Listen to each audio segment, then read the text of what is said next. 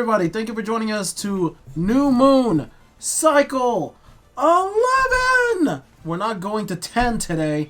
We're going to 11. Well, technically we already went to 11 because it's the end of the week. But yes, thank you for joining me. I am joined today by fellow net battler Neryth. Eurasia, did you really have to lead with a Spinal Tap reference?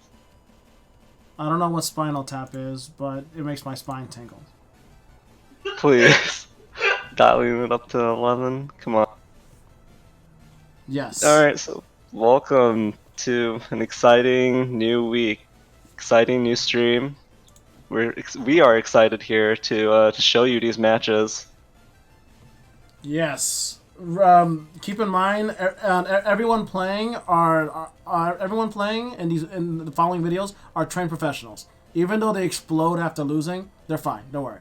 Battle Network has the best healthcare in the world. They just jack out.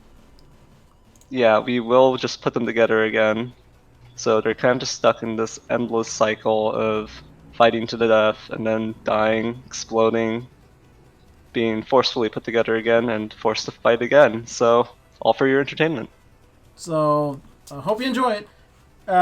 Today we have 5 amazing matches between our favorite net battlers. Everybody! So, here we go. Our first match will be Neryth himself versus Shadow. Shadow is relatively new, but that does not mean that Shadow does not know the game. Yeah, Shadow is a returning member of the community. He came back a little bit ago, and it's exciting playing him because he really has a lot of interesting setups. The way he plays the game is usually quite different from the way people are currently playing the game. That's not to say that it's any worse. It's just very different. So it's an interesting experience playing against him. The sets against him are always lots of fun. So you're gonna see something pretty wacky today, I think. I might have missed Shadow back in the day, or maybe because I'm getting old. But but as you heard, this game is still beloved. That we're still playing it after all these years. Shadow returning, and as Neryth said, trying out new ideas is never a bad thing. That is literally how new strategies and combos are found. And I'm kind of enjoying the L, because L has Magnum and Elec Dragon, and of course uninstall. Although I'm curious to see that snake usage. I don't see much snakes nowadays because snakes were nerfed to the ground. Yeah, snakes are a chip that you don't see much of in Battle Network 6. They do have a lot of damage, especially if you slap on that attack plus 30. So I think Shadow's folder is revolving around these snakes. He's got the 2 Geddons to pair with the 2 snakes. He's got the 4 Navi chips. He's got a lot of area control, 4 area grabs, and then the 2 Judge Mans. The uninstall going along with the Elec Dragon can also be paired with his Wind Rack. So he's got 2 options here for landing the uninstall. Got a lot of Magnums. And for those who are unaware, Judgment has a secondary ability of returning your panels. So even if you can choose to not run Grab Banish and instead use Judgment to get panels back. Although in order to get panels back, the panels need to be need to actually be panels. If they're holes, Judgment cannot spawn the books, which normally would happen. A book will appear for every panel you do not own. Every panel that your opponent has taken away from you. And as long as one book can spawn, you will get your area back. But if they're all holes, if no book can spawn, you're unable to get any area back. Yep. So I think that's Shadow's setup. He's got the hub batch as well, so he's got a utility setup instead of a damage giga. So He is running Falser, which is known for taking advantage of getting around and staying alive. So we'll see. We'll see how that goes. Neryth is also running Falser. It seems.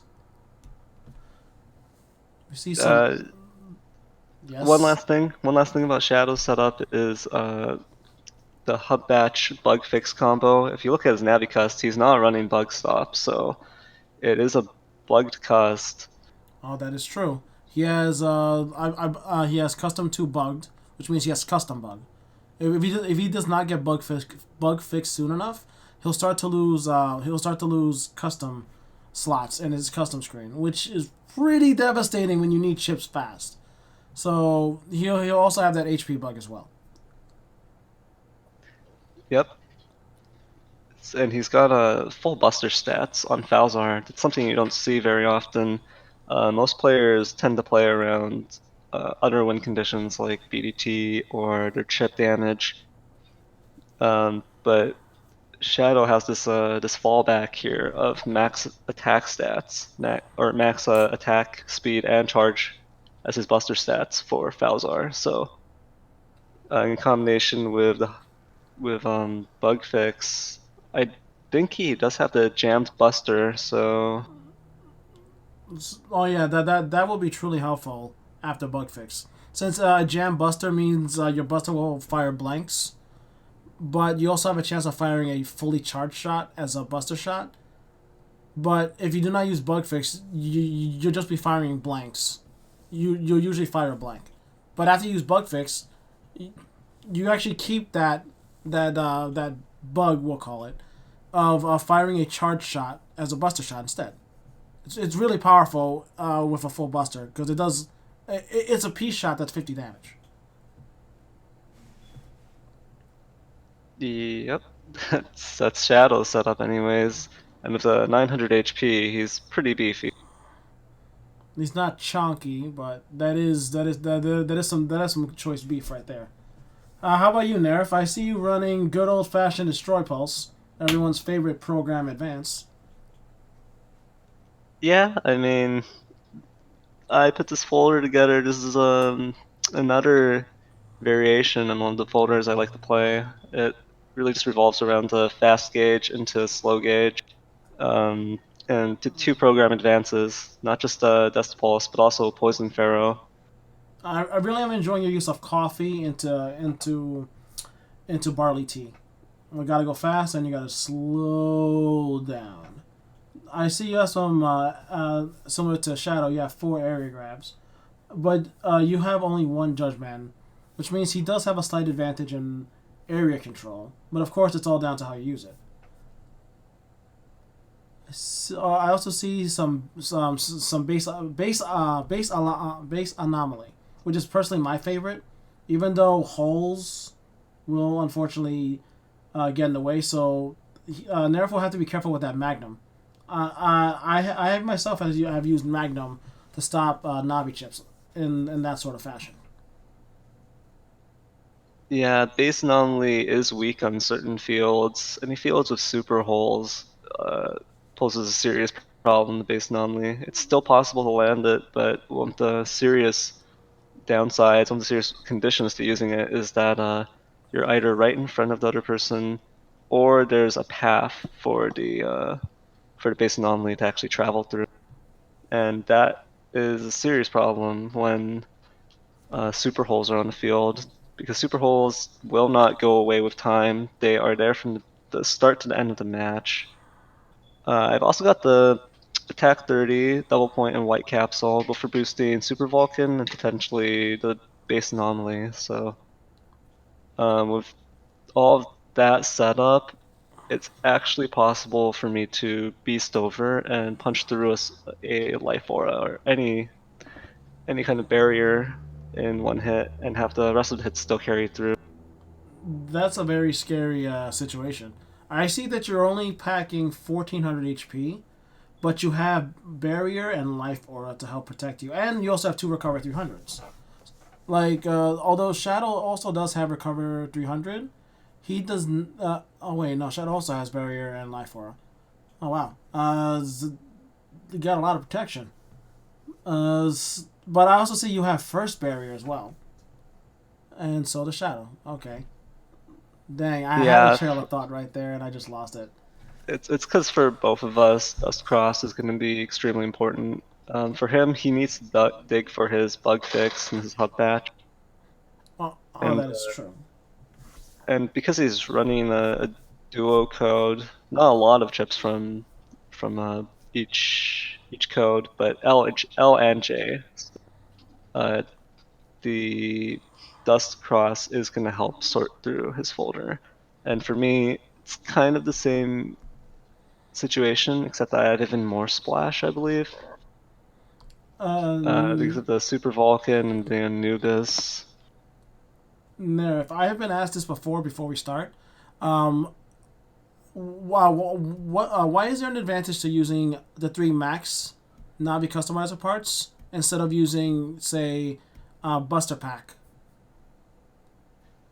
Um, it's really, I think it's really just mathy. I think if you just look at the parts themselves, I'm not I'm not 100% sure, but I think being able to fit the Buster Navicust parts, the individual max ones, and being able to break it up like that is more beneficial to most Navicust. I do think the Buster Pack, the shape is kind of restrictive. All right, that fat square. Yeah, it's not pleasant to work with. Um, yeah, I do think it ends up taking up space that you would want for other Navicust parts. Alrighty, last thoughts. I like that Nerf is running custom 8. He has custom 1 and custom 2.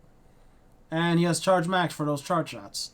So, along with his 2 program advances, this is going to be quite the fight. Does custom pack count as one or multiple programs when hit by uninstall? Buster Pack is not uninstalled because Buster Pack is a program that gives attack. Uninstall installs other programs such as Super Armor, Air Shoes, Float Shoes. Programs such as those get uninstalled. But programs that give attack are not uninstalled.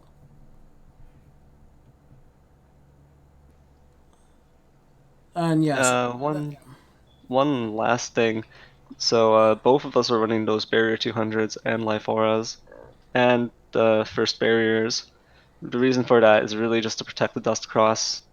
So, notice the only defense I have in my folder is just stuff that will stop cursor chips. I don't really care about anti-damage. I don't really care um, about invis because Erase Man's going to pierce through that. uh, And because my biggest priority is protecting Dust Cross so I can shuffle through.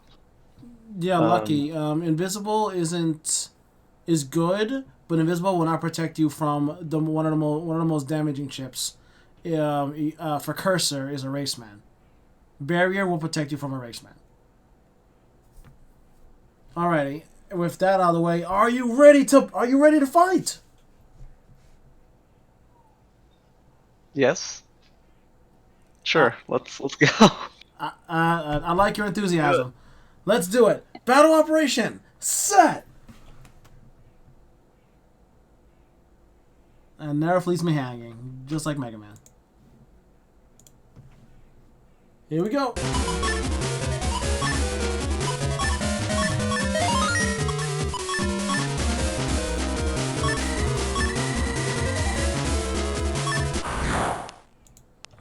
Alright, here we go. Match 1. And remember, this is from Neryth's point of view.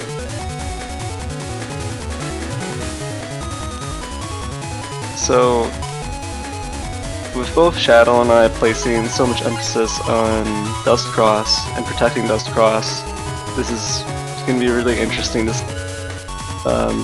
The thing is that only he's going to really be able to threaten my Dust Cross. It's not going to work the other way around because the only thing I have in my folder to stop his is my Erase Man. So it's pretty unlikely that I'll be able to pull it on the first turn.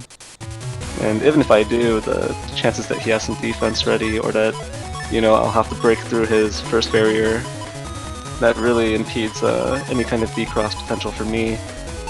But on the other hand, he has 3 magnums, so he's much more likely to draw them and be able to use them on the first turn on me. Yeah, Magnum's pretty tough, especially since you can manually target. Ooh, there goes B taking away that seed of a chip. Okay, Shadow did not opt to cross first time, but that HP is already taken away from his health. I see Neryth has some poison in his hand. Is he gonna throw it away? Is he gonna recycle it? Super broken! I hardly knew you. That was fast. Neryth has already gotten his poison foul. Although he will hold off. Looks like Neryth's gonna hold off till later, of course. And there goes Dust. Yeah, if I had used that poison pharaoh right there, it would have been sucked up in an instant. Ooh, that was close. So the regged full cost coming into play here, it's slightly better for him than for me, because I do have some chips left over in my hand that I will have to throw away if I want to use anything here. There, if you got 2 PAs and base in your hand. Wow, that side decking. Pretty good hand, but as Neryth stated, it's not really good if your opponent has Dust Cross already, because he'll just eat it up. Although technically, if he swallows up Poison Pharaoh, wouldn't that give him a stomachache? I wish. Poison Pharaoh would be a lot stronger in that case. Imagine that. Poison Pharaoh secondary effect. It gives you a bad HP bug if you eat it.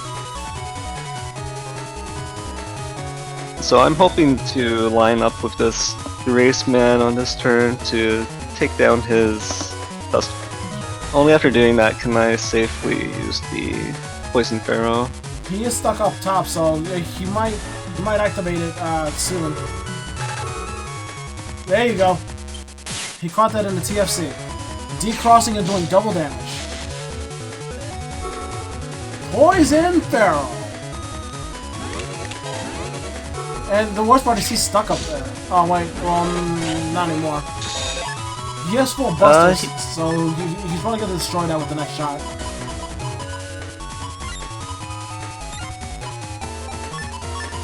Well, if he crosses it, it'll cancel the animation. Yeah, I don't expect the Poison Pharaoh to stay alive for very long. He's standing right in front of it, and he does have quite a few options for getting rid of it. A lot of just the Buster stats. Yeah, he has maxed out Buster.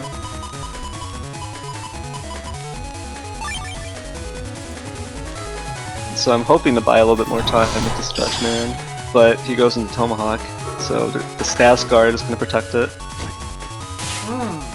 He's probably gonna go wood to get rid of all that ice and destroy the Poison Pharaoh.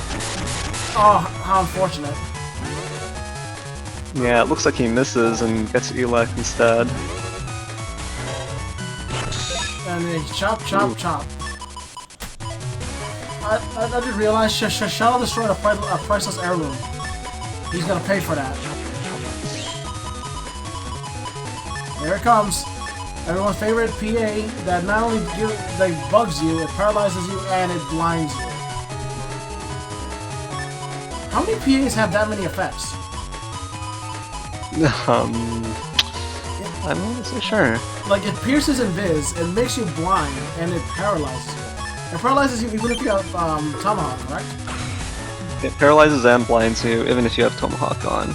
You can switch into Tomahawk to get rid of the status effects, but if you're already in it, then... Oh, very nice. Because he got rid of that anti, he can use it. See, that's the power of Destroy Pulse. Tomahawk has Status Guard, and that's not enough to guard against that. I think that speaks volumes for how strong that PA is. Yeah, if he wants to be able to see my position, he's going to have to go into Beast. And he is only going to get my position, not any other information. Beastal cannot lock on when you are blind, correct? I believe it fails to lock on. Oh, jeez, this is gonna hurt. Burn! Although he drew Hub Badge, finally. Hub Badge grants float and air shoes. So he'll be protected from sliding around. But that Destroy Pulse is really hurting him.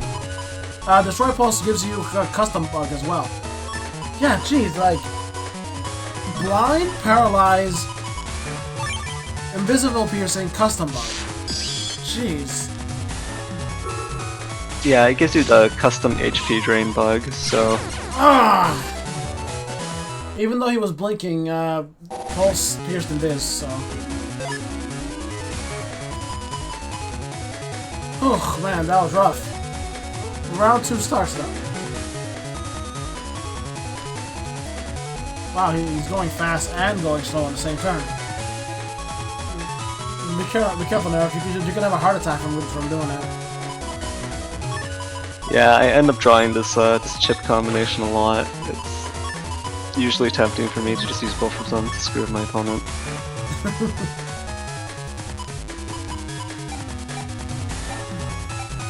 As in the first game, he drew 2 area grabs right off the start. Protected from poison seed. Yes.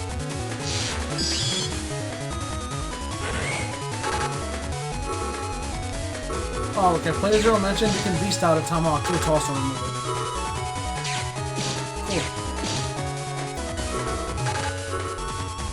Cool. Yeah, I guess you get the status removing portion of Tomahawk again when you want to. So the first snakes come out. That's a pretty decent chunk of damage. Uh-oh. To be continued. Dun, dun, dun, dun, dun, dun, dun, dun. Well, I can't sing the song, but... You get the reference. Yeah, I get the JoJo reference, Eurasia. JoJo? I was making a Battle Network reference. Oh well. What's Battle? Good rush. See, he's ready. And now that he's beasting out, he has air shoes. That was so fast! I blinked. Even though he was mashing A to get that. Mashing A to get full custom. Neryth still managed to use Pulsar Beast's blinding speed to get in there. No, that was quick. Yeah, I was mashing that pretty hard. I'm pretty happy with that landing, but right now my folder is pretty chunky. Yeah, you have 1, 2, 3. You have 4. You have 4 codes in your hand right now.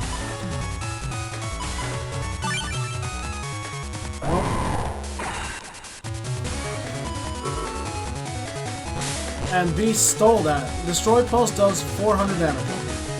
400 electrical damage. So if you hit Aqua, decross. Anti-Nami. So we both put out some defense this turn. But there's no way for me to use the base anomaly or the guaranteed erase man hit when all the panels are destroyed from Gevin.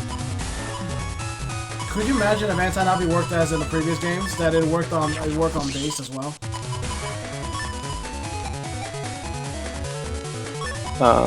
Yes, I can imagine a world where I'm not playing this game. It's not very fun having your Giga Soul. Ooh, nice shot!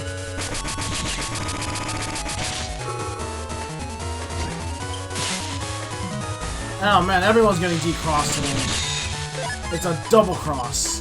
Double decross. That should be a bad name. Although unfortunately, because Neryth lost his dust, he's stuck with that kind of chunky hand. Although he does have a Super Vulcan, he doesn't have a way to to confirm it. Yeah, that's the tricky part about having to use Erase or Judge Man for utility or for decrossing your opponent. Oh no, Neryth is stuck there. Nah, I'm just kidding. He's going deep!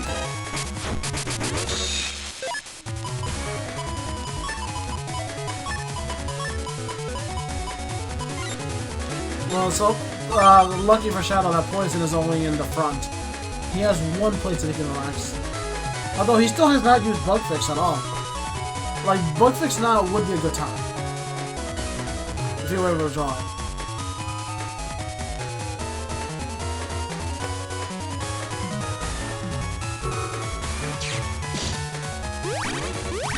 Ooh, 600 sweet HP. There's her batch, so now he has 4 shoes. Whoa, Neryth, have you ever heard of personal space? Yes. Oh, okay, because you were Scorpion for a minute and you brought him closer to you. As if you wanted him closer to you, like, come over here or something.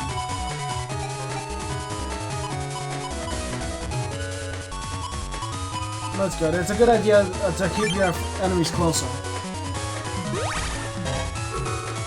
Wait, is that why we're all hanging out together here? Yes. Well, that worked in Neryth's favor right now. That's 500 damage, and you're destroying the environment. I hope it was worth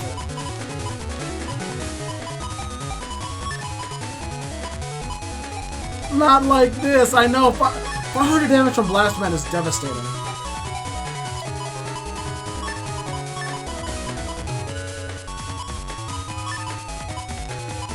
Well, if you use Sanctuary, you're lucky, and well, if you know your opponent has Sanctuary, you will most likely save your Element Man for that. Turn 8. More poison. Oh, there you go. He finally got the Bug Fix. Magnum. Well, Elect will only remove 3 panels. It's far better to use Grass.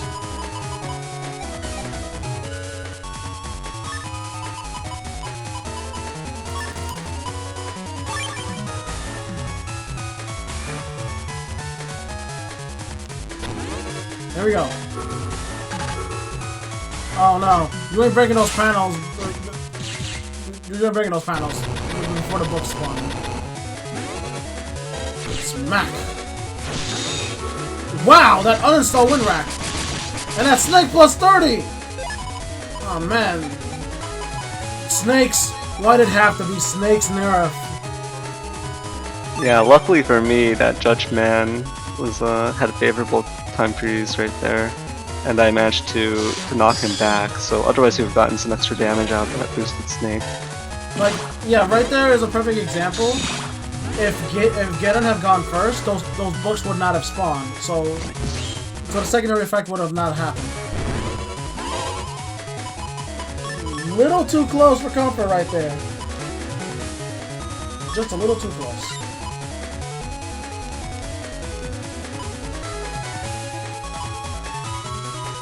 Yeah, that is true. So, like, sometimes, even though you want to save it for Sanctuary, there might be something else in your way, so you might have to use Element Man for that. Element Man has a lot of good uses, honestly. Like, yeah, a lot of good uses.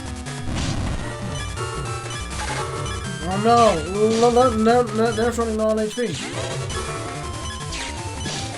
Don't worry about that.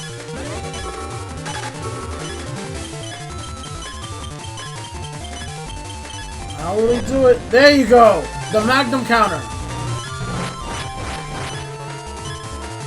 Man, whoever's living downstairs just got Hell's rolling to the head. Can you imagine that? You're just sitting there, and there's a hole in your ceiling, then you get Hell's rolling? Has that ever happened to you now? I don't think it has. Oh no, Super Vulcan, unfortunately. Oh man, this is not looking good for Neryth. He's exhausted.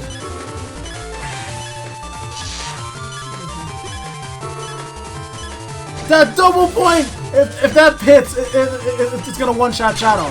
Oh. Shadow got lucky. Like, that double point poison seed would have killed him.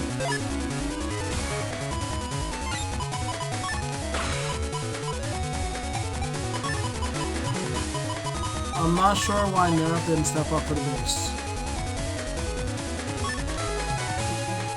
Well, because the music was loud. Wow, playerzero has no faith. Nah, man, the base will hit if you believe. There we go. And now we see Shadow being a glutton. He's eating all the rocks on the field. Wow.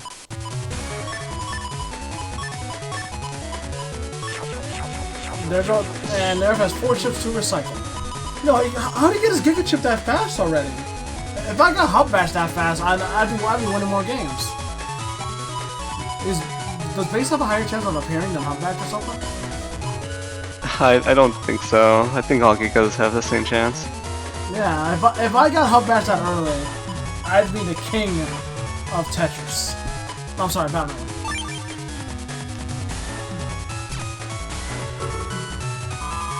Ooh, the early bug fix. So he gets his turn 2 bug fix, and then Elect Dragon breaks the Sanctuary panels right there.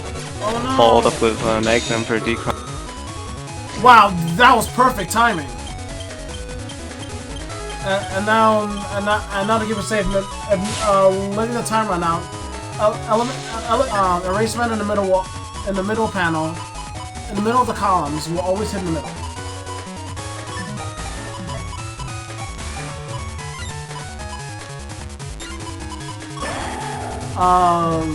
Lucky, it was the Buster Shot. It was the very last Buster Shot that got it. It was just very good timing.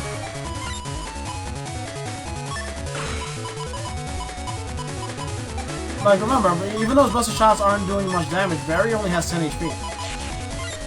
Like, that isn't much.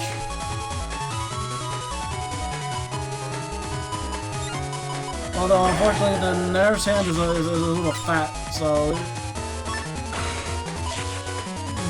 These following plays are going to have to be a little more careful.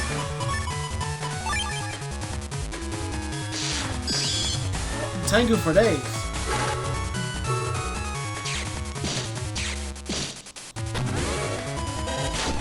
Ah! It came up for Shadow first.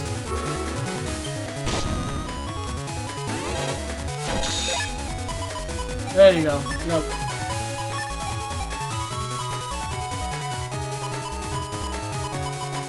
Yeah, both of us lost Dust Cross, so it's kind of annoying to sort through the folders. Hopefully that... And he did get the upper hand in that previous turn. And he was hoping for a full area lock so that he could just continuously hit me with the Wind Rack. It is a good thing that Shadow does not run anti-Navi, or else using that Judgment would have been a risk. But thankfully, Neryth has one panel that he can use his Judgment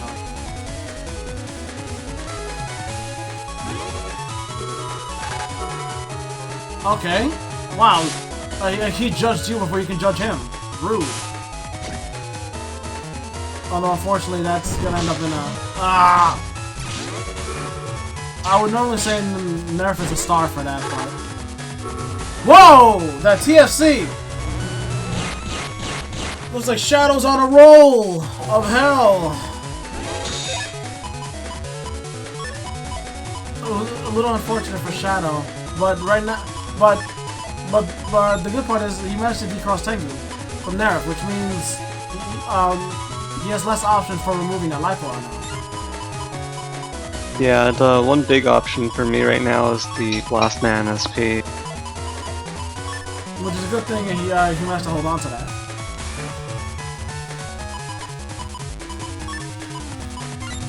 Also, fun fact, you can use Last Man on a hole, because he technically floats or flies. Or hovering. I'm not sure what you would want to call that. Because air shoes, you're not flying. You're kind of floating. Levitating. Levitating? Soaring through the skies. Oh no! Ah, 200 burning damage. It's hot.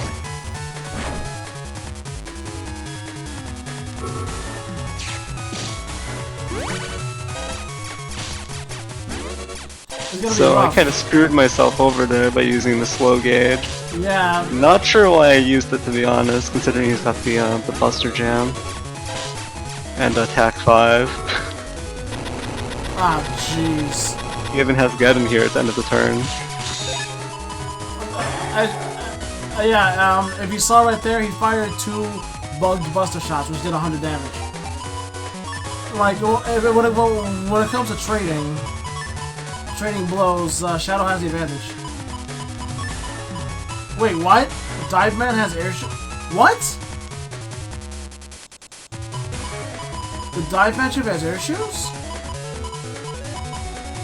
That doesn't make any sense. That makes perfect sense. What? He's underwater. He's not in a hole.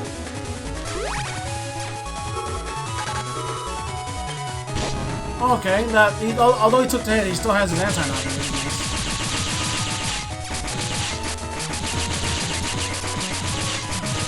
Feather Buster. Oh, he did it just a little too late. Every snake got blocked. Careful there. All those Buster shots hurt. I am so confused over Dive Man coming out of a hole, apparently. This is rough. Yeah, actually, no, never mind. Like, he can't use the barriers because of Tengu. Yeah, unfortunately, there's no way for me to threaten the Tengu. Destroyed Pulse. Yum yum yum yum yum yum yum yum yum. Tasty. And he got Hub Bash too.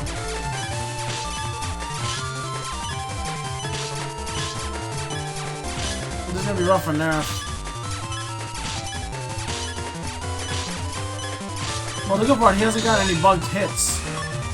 I think I just took 1 hit, but it wasn't too bad considering if Shadow wasn't blind, I think I'd be dead by now.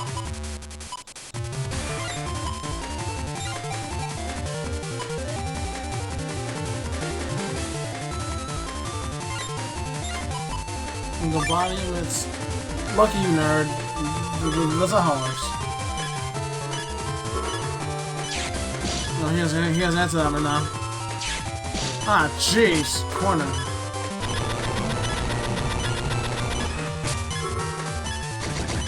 Snake! Ah! Oh my gosh, a full area of snakes! I have not seen anything like that in years. Oh, jeez. I really hope they weren't venomous. Neryth, are you alive?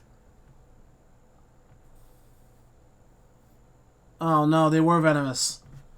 How unfortunate. Everyone, press F. Yeah, well played the Shadow. Oh wait, no, never mind. He is alive. Oh, Neryth, I thought the venom from those snakes got you. Nah, I'm immune to those venom. Good dog. Well, all right, good. Neryth was saved by his trusty sidekick. And now we are moving on to round 2. I gotta say, seeing a full snake area was amazing. It really was a lot of fun, like seeing that kind of thing. Good job, Shadow. It was actually really cool seeing snakes. And now we are moving on to round 2. And I hope you know what that means. It's Sleep Cause versus playerzero. And let me just get this set up real fast while Neryth returns. Yes, dog. Dog. Dog.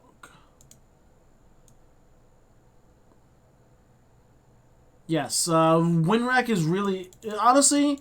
It'd be kind of strange if you did not have WinRack in your folder nowadays, because WinRack has a lot of utility. It comes in asterisk, which that alone is really good. But also, WinRack is win, so any barriers and orders will automatically get blown off, and it also pushes back too. Like you generally want to have WinRack in some way, shape, or form. And as we see with Sleep Claws, he's running. Oh wow, he's running A. He's running an A folder. A and asterisk actually. Yeah, so Sleepclaws and playerzero here, they're both playing Falzar. They both have high HP, 1800 versus 1900. They both have high cust, although playerzero has one cust over Sleepclaws. And then yeah, Sleepclaws running this A code. A. You don't see A code as often as some other codes here. That's not to say it isn't good. It's got the Risky Honey 3, the Elect Pulse 2. So what he can do with that is combo the Wind Racks together with the Elect Pulse 2s, and you can't really avoid them if he's in Beast. Yeah, it's just push, pull, push, pull, push, pull, push, pull. Yeah, Spoutman SP coming out from Sleepclaws. Both players choosing to run 5 Navi chips, so the maximum number of Mega chips they can get without having a Meg folder. And at the 3 Wind Rack is really versatile. It also does good damage. It it's a good way of keeping Erase Cross in check. If you can decross with the Wind Rack, then that ruins any plans for Erase Tail Arrows or. Yeah, that's also one other good thing too. If you're beast out, it'll most likely hit the opponent if they are in a race. Beast. Because you should not let a race beast hit you. It hurts, and I mean it really, really hurts. Take it from me. I have scars from getting tailed. Yeah, so playerzero here playing the BDT folder. It's got the Super Vulcan Splash, a Bubble Star, Elect Dragon. He's got the uninstalled combo with either the Elect Dragon or the Bubble Star. Can also go along with the Machine Gun or the Wind Rack. You'd probably see it on the Machine Gun most of the time for the anti-damage piercing. Although, yeah, it can be comboed with most other chips, most of the other non-time freeze chips he has. Yes, he has it L, so it also work with Alec Dragon as well. Alec So Dragon this and is Bubble Star. so this is a cust 3 full cust. So it's really just digging for the BDT. And then using slow gauge. And then the double slow gauge to guarantee really painful BDT turns later in the game. He has that Muramasa splash. That's always good for covering your bases, being able to threaten Tengu cross. Yeah, like you grab banish into Muramasa is really powerful because you can't move. You can't move after being banished, so you got to stay there and just take the hit pretty much. Oh, here's gonna be a lot of fun. Like we're gonna see a good amount of power. Yeah, the last thing I want to mention from playerzero is the double Element Man. So he's got Element Man and then Element Man SP. What it does is it lets him use one of those Element Mans for utility and one of them for damage. So he could use one of them to decross his opponent, to control the field, even before his opponent has played Sanctuary. Interestingly, Sleep Plus does not have Sanctuary or Life Aura, does not have the common splashes, the defensive splash chip.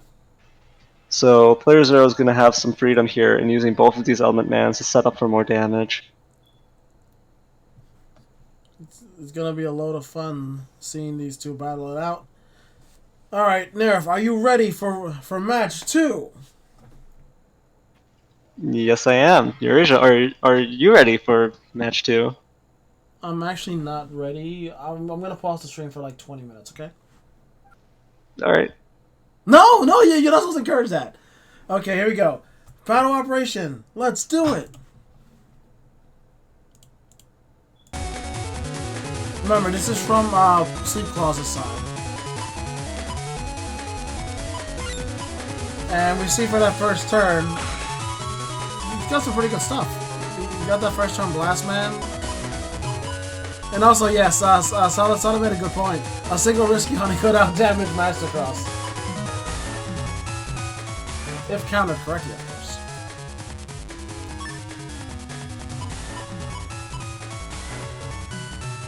course.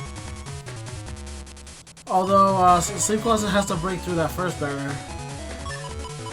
He has to break through that hard coating to get to the soft, mushy center. Wait and see, can out damage. Surely. It can. So, Player Zero doesn't have Beat or Rush, doesn't have the support Navicuss part. So Sleep Claws is going to be able to use this Invis freely here. He might be thinking of using this to protect himself from any potential D-crosses from the machine guns or magnums. But the instant full cust coming out here. Man, that turn was so fast. I actually missed it.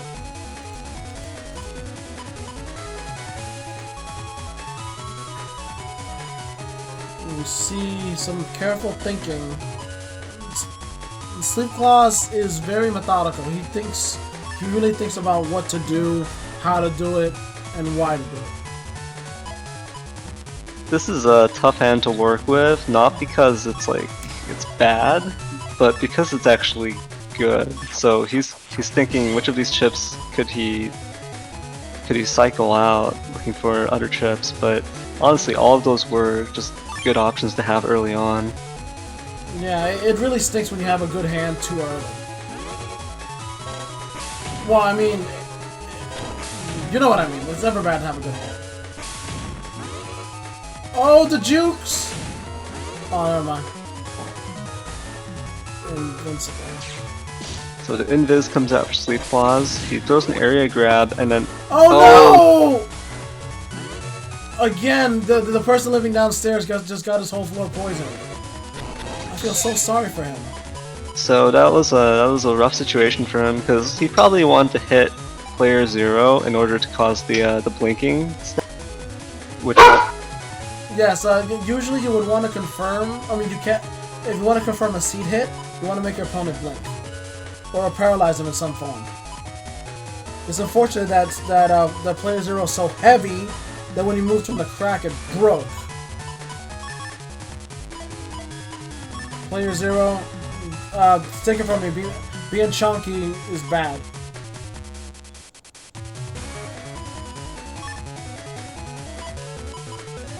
So like he does not want to go Tengu just yet.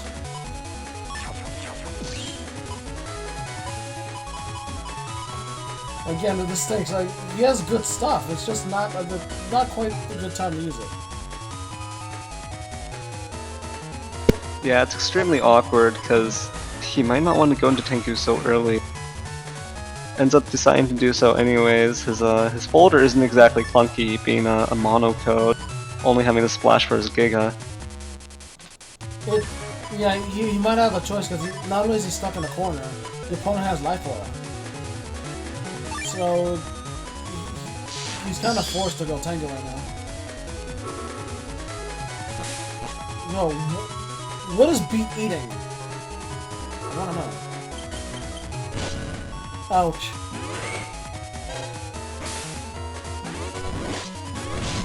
Ah! Uninstalled!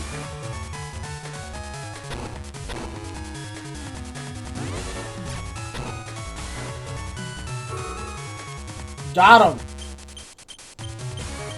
And the best part is, if he doesn't do anything, it'll automatically go to the bottom. Because Eraser Man always defaults to the second position. Excellent play. Although he is currently uninstalled. And player zero is all wet.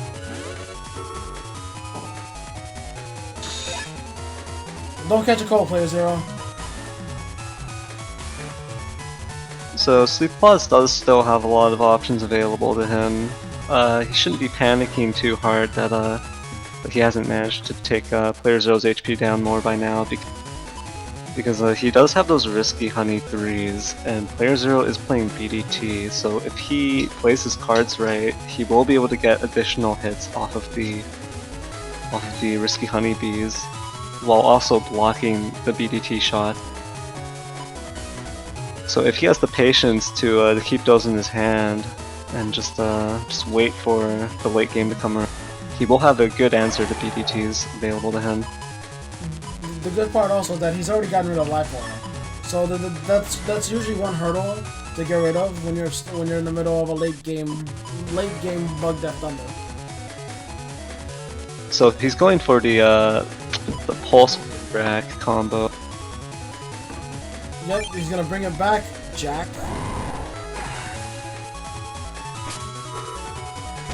Well, okay, we called it. As Sleep Plus would say, he can still see you. So he's decided to space out his chips. Wow, that... Oh yeah, because also... all of his chips this turn, the Elect Pulse 2s and the Wind Racks, they all interrupt the BDT charging. So he decided instead of comboing them together, he would actually just space them out to stop player zero from getting BDTs out this turn. One of them still came out, unfortunately. It did result in popping his anti-damage, I believe. Yeah, that was a good play on his part, because Elect Pulse 2, for those unaware, it has a pulling effect. And pull effects interrupt your charge. And because Wind Rack has a push effect upon hit, well, a damaging push effect on hit, it also interrupted the charge shot. So it was very smart for him to space it out instead of the usual bam, bam, bam, bam.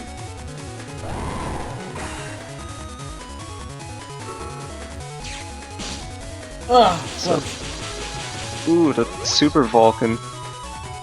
Like, he took advantage of the fact that that he no longer has super armor.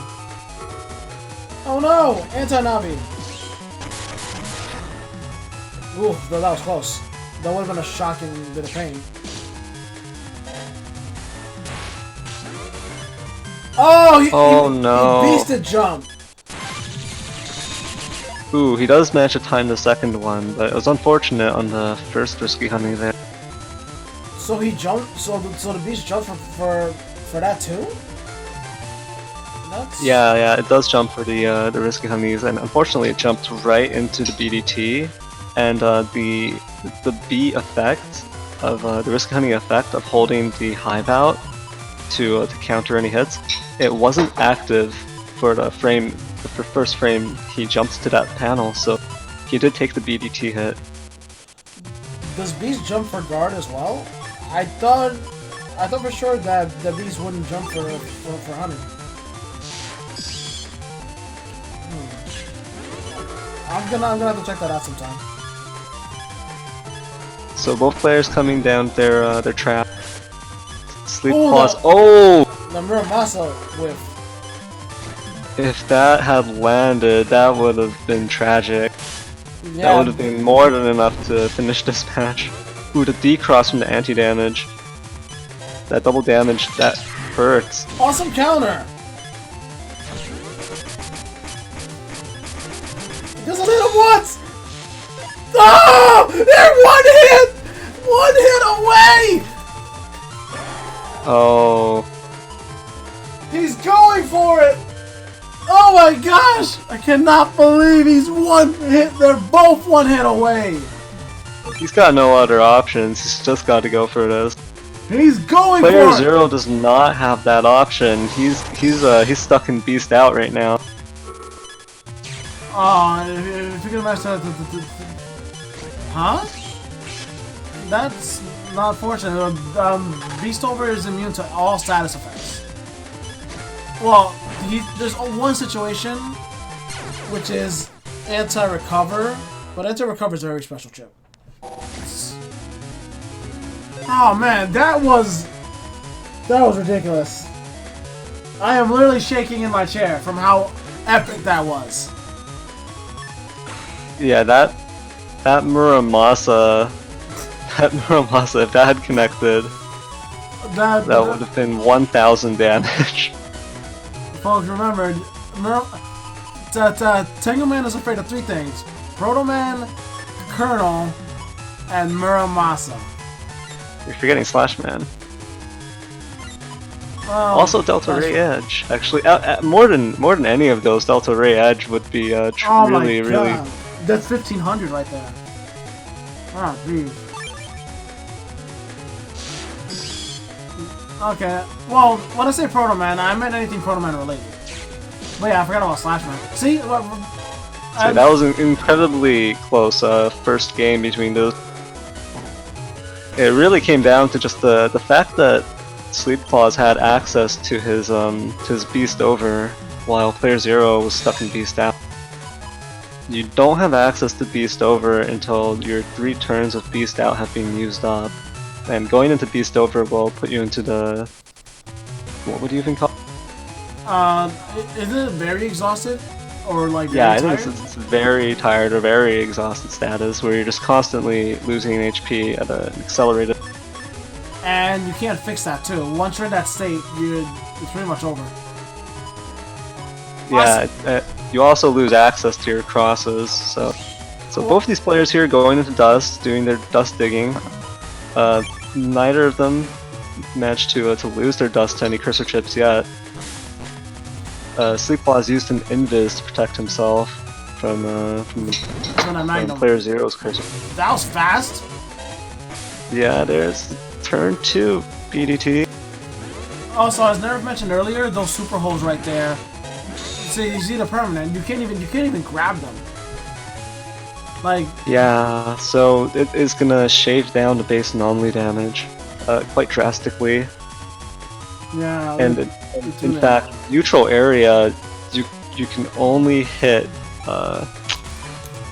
if under really specific circumstances.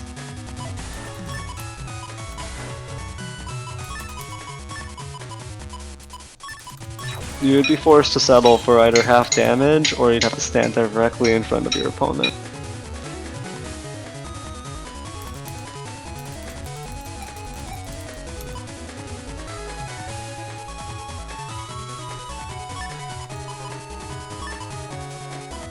The most damage for a single hit?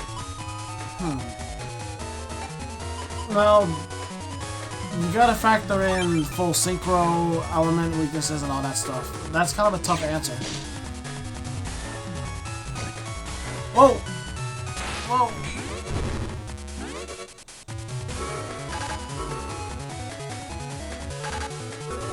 Anti-Navi! Although because he's all the way up front, boop! For those unaware, the way Spoutman works, if you're in any other row except column, if you're in any other column except the frontmost, Spoutman will summon the hose. But if you're standing in the frontmost column, he'll just fire an Aqua Shot. The Aqua Shot will break the panel it lands. So I think it'd be a little bit more accurate to say if you're standing in the back 2 columns in either of either your center or your back column, then he'll have the hose ready and do 3 hits. If you're standing either in your opponent's area or just on your forward column, then he will just fire that 1 shot. One thing it does do though is it cracks 1 panel. Wait, so if you area grab twice, will it still work? Will it still fire an Aqua Shot even if you're in that fourth column?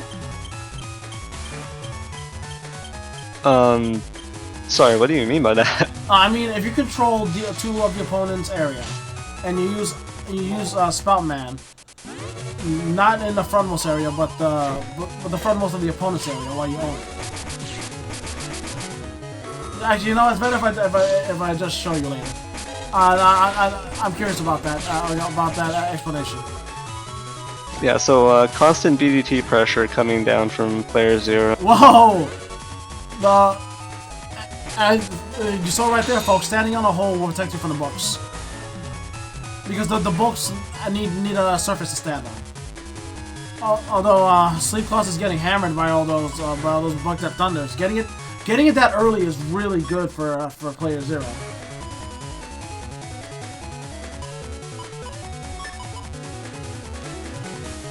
Yeah, Sleep Claws doesn't have that many options here. He's got two chips that can start to interrupt the charge.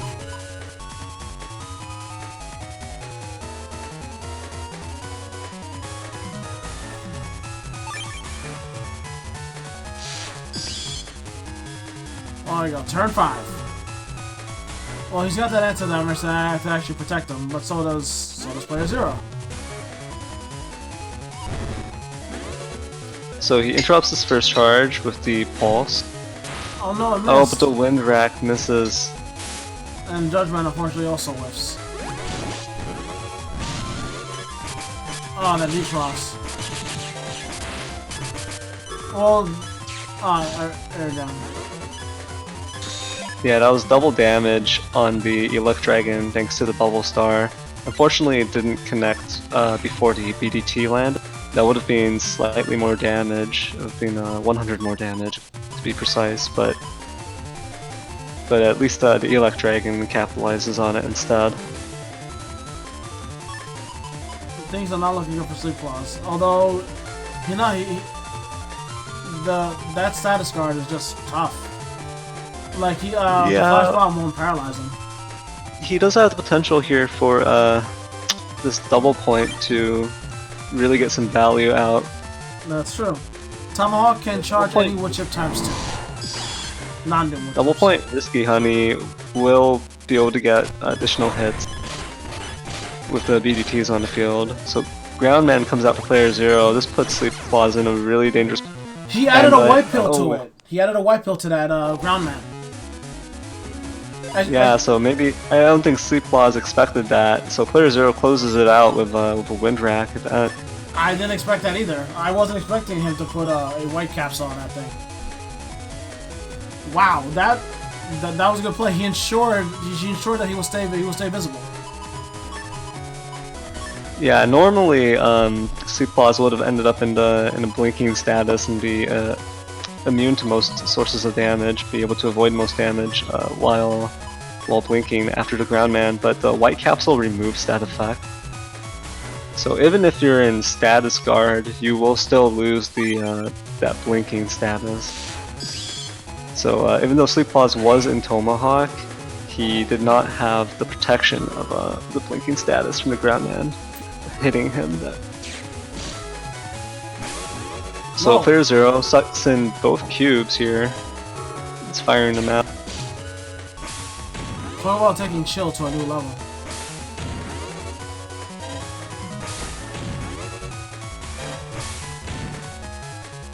Well, the good part is that you got in the face with rocks. The good part is that the ice allowed player 0 Sleep Claws to move up and down easier. I think the other advantageous aspect is that it's the ice will potentially protect him from the Bubble Star. So he can deny the double damage from an Elect chip from the follow-up if he instead stands on the ice panels and gets frozen instead. That would probably come into play way later though, and we don't know that the ice panels will still be around by that point.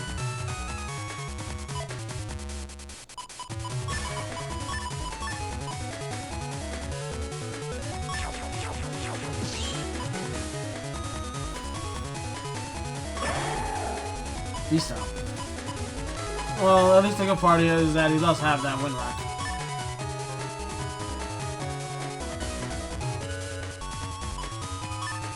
And he's got that poison seed too. The good part about beasting out also is that Falster has air and float juice. So he'll be able to get to that middle panel. Okay, that's the end of that turn. I'm not sure if I was a big fan of that turn. Too much happened. Yeah, it just went by in a flash. I couldn't keep up with it at all. Oh, it's just crazy.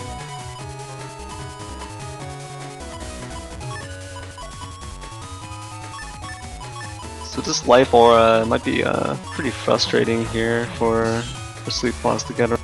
Oh, he pulls a wind rack. But he does have chips in his hand already. Yep, he's opting to hold on to them. He manages to sidestep this erase man. He had a wind rack in his hand here, so he's just gonna use that to get rid of the life aura. Wow, he managed to step on it just in time. Wait, he had 2 wind racks.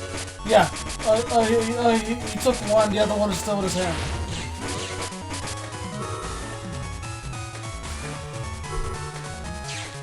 Uh-oh. He's got less area to move around now. Not for long.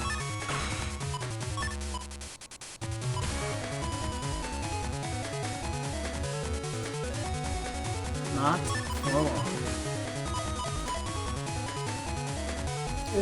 Is he going to recycle any of these chips, though? They're all pretty good. See, this is another example of when your chips are just that good. Okay, so he's opting to recycle the area grab.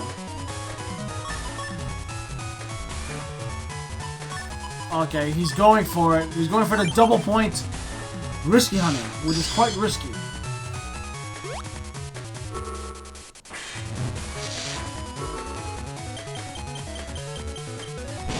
Ah! Is he gonna blow it up? Oh, he did it just a little too early. Yeah, that was tragic. The double point risky honeys, they flew right by player 0 as he was in the anti-damage. So he was off the field. If Sleep Boss had timed that slightly better, then player 0 would have been hurting Mulched. pretty bad. Would have mulched. Or, oh no, sorry, stung. Gotta make more beep on this.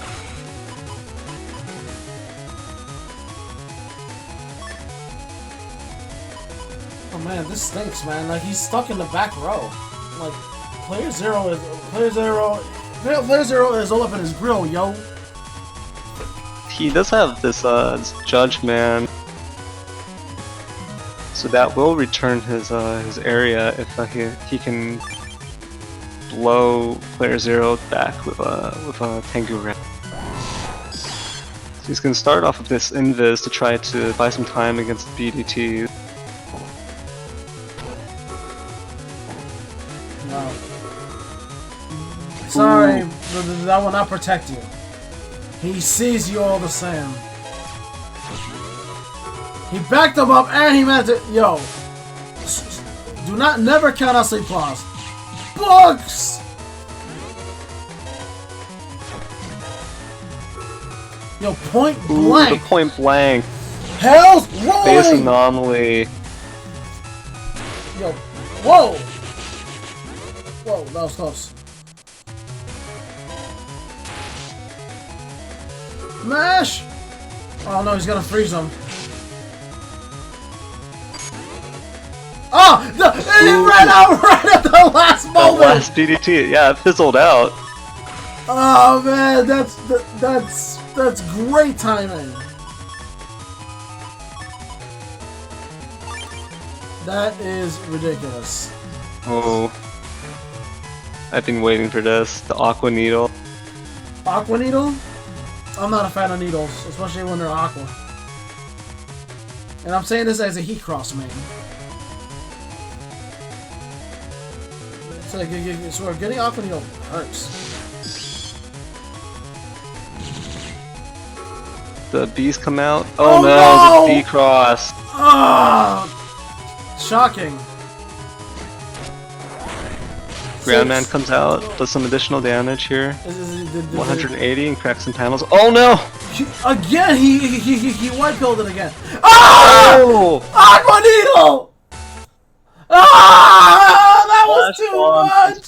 White capsuled Aqua Needle at the It wasn't charged because of that Judgman decross, but he didn't need it. Wow! He did. Ah! I almost fell off my chair from how epic that was. I love seeing Aquanito getting white capsuled, but Spellcross Aquanito. Oh my gosh, that's devastating. That was down to the wire for that last game right there. 1 HP again between the two of them, or rather, Sleep Claws falling to 1 HP at least. Managing to close it out with a paralysis chain. Ooh, Aquanito is not a chip we see often at all. Sleep Claws is only running one of it in his folder, but he managed to get a lot of value out of it. Managed to win with that Aquanito. Oh boy. All right. We're gonna take a quick small sidetrack, and our joining us right now for a brief moment is our good buddy and the man who made well, darn my stutter. Mega Master X has something to say. Hello, ladies and gentlemen. Mega Master X here. How are y'all doing today? I almost fell off my chair, so I'm That was an absolutely stellar match. It's absolutely mind-blowing seeing just how it could have literally gone either way. That match was absolutely phenomenal. But I did want to step in and TFC real quick to make a real fast announcement regarding the next N1 Grand Prix major event, and that is going to be the N1GP Yumland Cup. The Yumland Cup is going to be taking place on a couple of different dates here. So we're going to be holding the event on November 2nd and 3rd based off of community feedback. So players will be able to play their matches then, and the stream for it will be held on November 9th. This event is also going to feature something brand new that we have not done for an N1 Grand Prix event. Are you ready? Are you sitting down, Eurasia? Is it gonna have me winning? It could be, but we're actually going to be featuring a cash prize pool for this event, thanks to our partners at Matcherino. I'm going to be posting a link and announcement shortly to the Matcherino campaign where you can obtain obtain some pretty cool gear like Mega Man Pixel Tactics. You can also obtain the Discord Millions roll. And we also are featuring a kind of unique thing in that you can actually change the layout of the tournament based off of contributions to the pool. So you'll be able to either change the layout of it to Falzer or Gregor, and whoever is currently winning will be able to change the entirety of the layout for the event during the event stream. So this should be really interesting and a unique way to go through and host this event. So I'm really excited for it. I'm going to be, again, posting a link in the N1GP Discord announcements channel with a link to the Matcherino so you can get some extra information. And if you have any questions about it, feel free to ping me on the Discord or just send me a DM. But I'm looking forward to putting on this event, and I'm going to let the net battles resume. I have one thing to say to that. Okay. Are you okay? Yeah, I fell off my chair out of all the hype. Oh my gosh! Oh, that was great. Thank you, Mega Master X. That news was so good, I fell out of my chair twice. You gotta be careful, man. We're gonna have to get some foam mats or something for the floor for next time. But I'm gonna let you get back to it for some more net battle action with Symes and playerzero. Let's do it, Neryth. All right, thanks, Mega Master. And yeah, so you heard it from the man himself. You got a big event coming up, cash prize. But there's one thing that irks me about this. Mega Master seems to be a troublemaker. He's throwing a wrench into these peaceful times, stirring up this Gregor Falzar rivalry again. Why can't we all get along? Never! I will never accept those filthy falser users. We are great Gregor users. I use both. I'm in both camps, you know. Yo. I wish you guys could all just get along. Wish we could all just gather around a campfire, hold hands, sing Kumbaya. Fun fact: Neryth is a triple agent, so that's why he is able to pull that off. I'm not a triple agent, so I can't do that.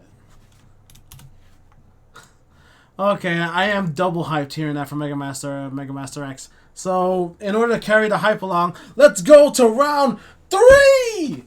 playerzero versus Symes!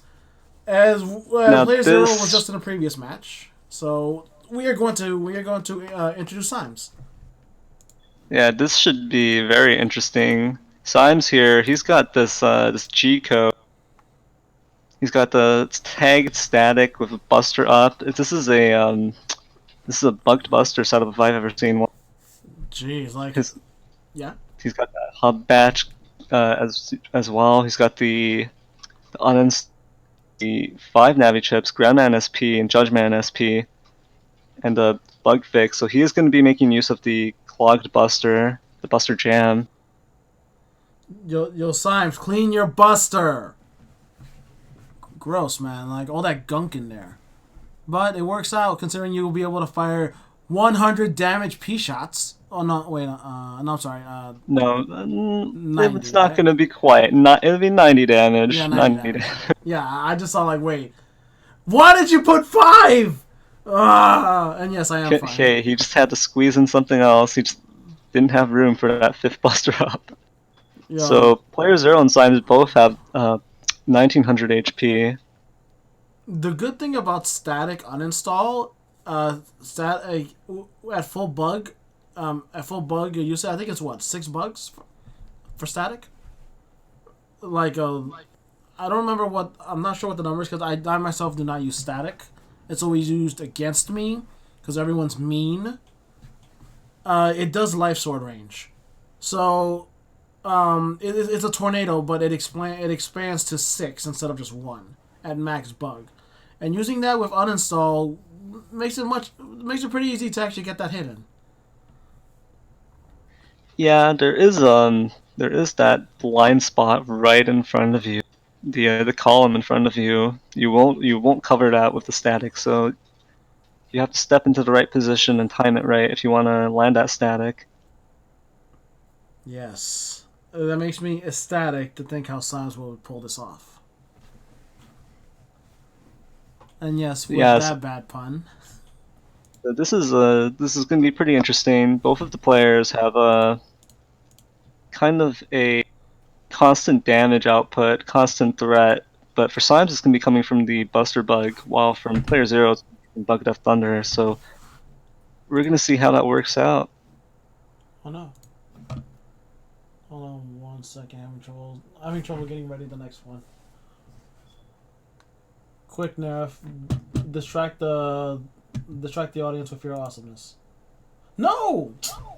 Ah, jeez. Just give me 1 second. All right. So it's pretty interesting here, the differences in their setup, but they do have that similarity in that constant damage output, wanting to be in slow gauge. So there's a total of 3 slow gauges between the two of them, and no fast gauges. 2 full custs as well, the same regged full custs. So it's going to get really awkward here. Both players are going to want to drag these turns out and just hammer each other down with their constant damage. Both players opting to take life aura, and both players having groundman as well. But the normal groundman for playerzero, groundman SP for Symes. I'm assuming that's kind of a check, as well as just being great damage. It's also a check for Slashman if they've come across a Gregar player. Both players also having uninstall, so there's a lot of similarities between the two of them.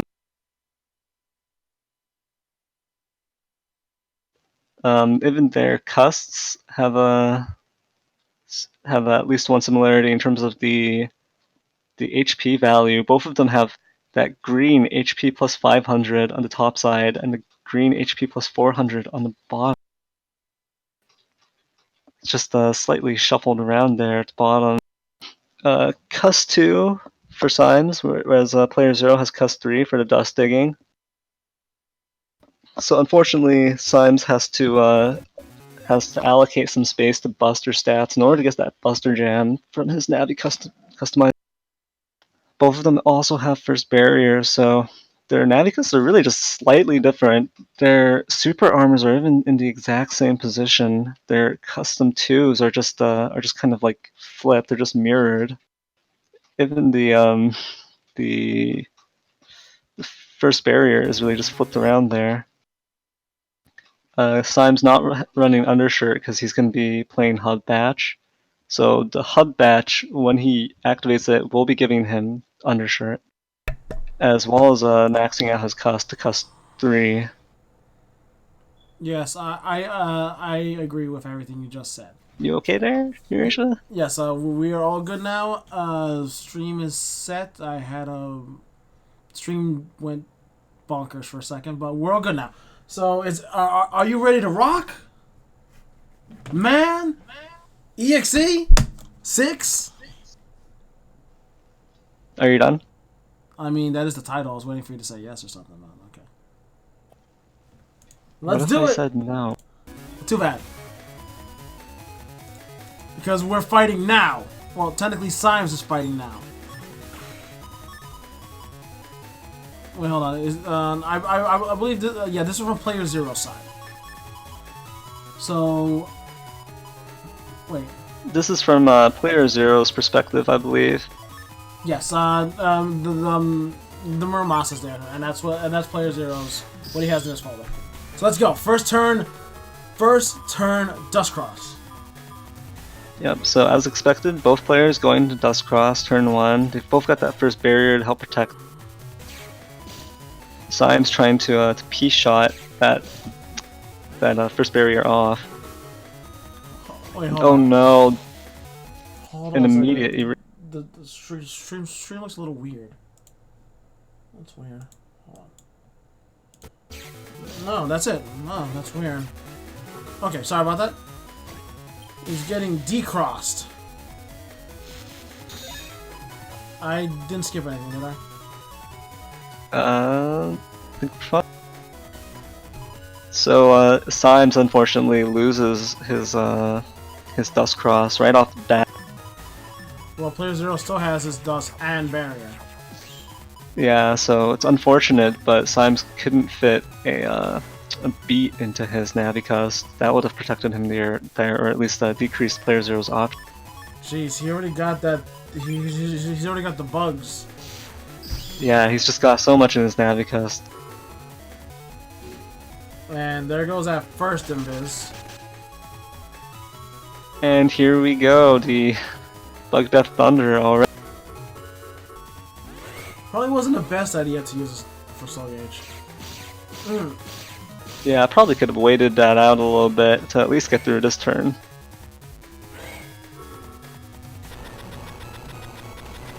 Get on!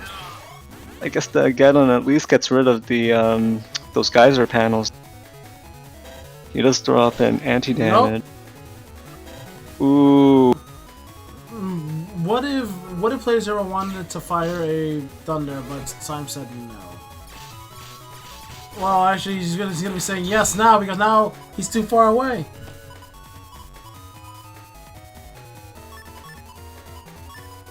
Ooh. He's got that LA Dragon uninstall already. Yeah, that uninstall. Oh, but he shuffles it away. He's opting to probably wait until Hub Batch comes out and uninstall afterward. Oh, that is true. Because Hub Batch gives you a whole bunch of programs. You usually want to wait until you are uninstalled because getting uninstalled after Hub Batch is really painful. Groundman. Yeah.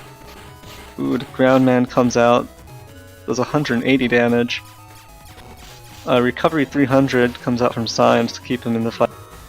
But unfortunately, because of the cracked panels, he doesn't have any options in terms of avoiding the BDT anymore. Machine Gun 1 comes out and destroys his trap.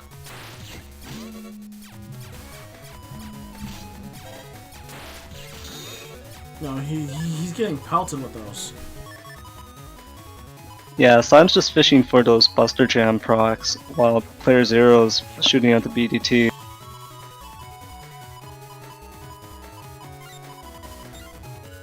So player Zero's gonna have to get rid of the Tomahawk before he can make use of the bubbles. He opts to stay with his current hand. He still has defense, and he has no real reason to toss it away. BDT just provides an infinite source of damage for him. Ooh, so Symes does not manage to get rid of that BDT. Does not manage to lead it off the field. He does have a life aura. Both players throwing down their life auras here. But Symes doesn't have a way of penetrating player Zero's life aura, whereas a single BDT will destroy Symes' life aura. So it looks like player Zero going for the D-Cross. Both players using Wind Rack right off the bat here in order to get rid of their opponent's life aura.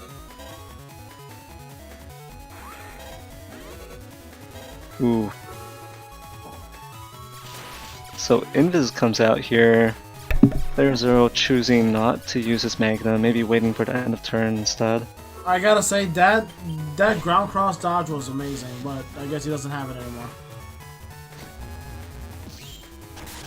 Yo, he is limiting every possible movement option for him.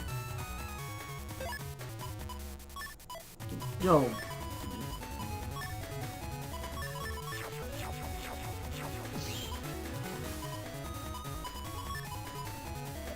So, uninstall coming back into player Zero's hand here.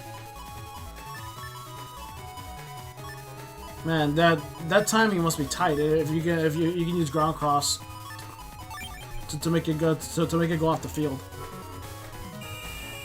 Sanctuary from Symes. You can't see me. There you go.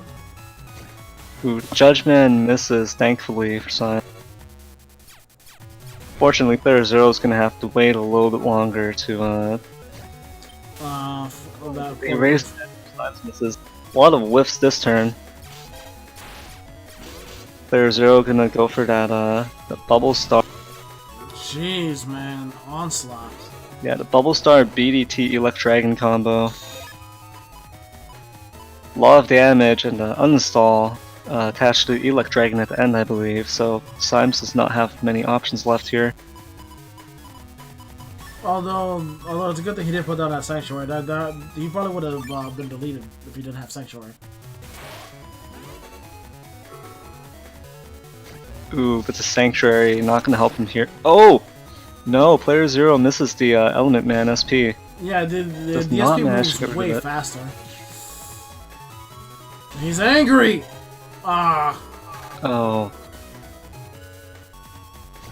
All of Symes' offensive moves here, all of his chips have been either Avoided. they've either blocked. missed or been blocked by player Zero's defense.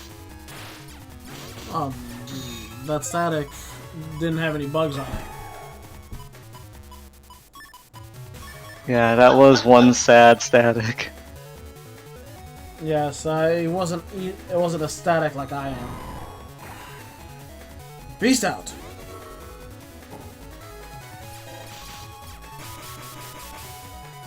Ooh. Broke all those panels. Frozen.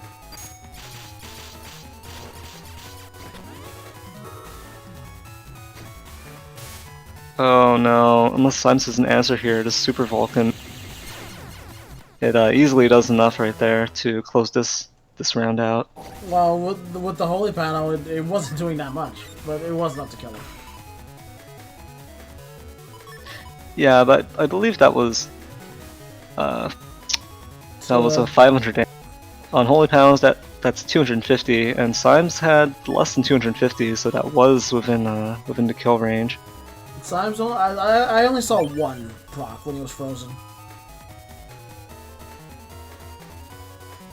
It was a little hard to see because he was frozen.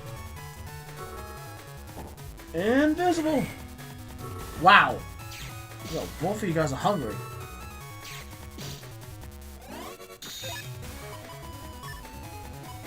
So the full cost comes out from Symes this time. Yes, and he actually managed to hold on to his Dustcross.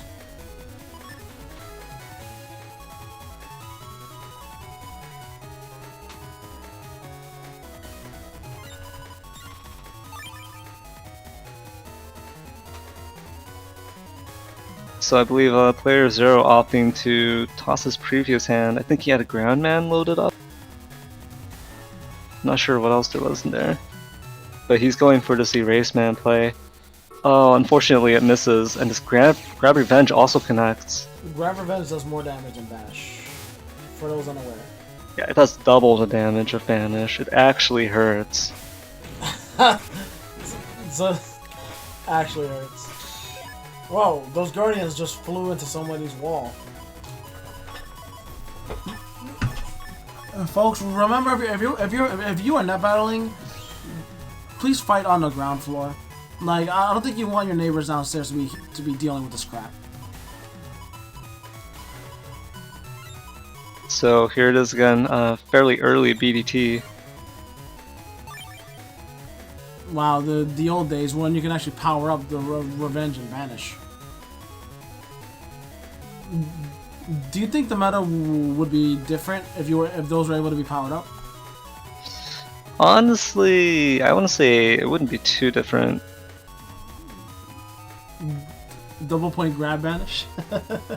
That's not sure how much you're gonna see that being used, even if it were to work, even if the bonus were to apply. He Dragon, but he saw coming. Oh, okay, he couldn't move out of the way in time. Fortunately, yeah, player 0 was in the process of stepping up, didn't manage to step up. BDT is coming out into play now. Dodge. Awesome counter! Ah, but he still got hit though. Ooh. Yo, smack him! Interrupts the charge, paralyzes player 0. That gave Symes a good bit of time.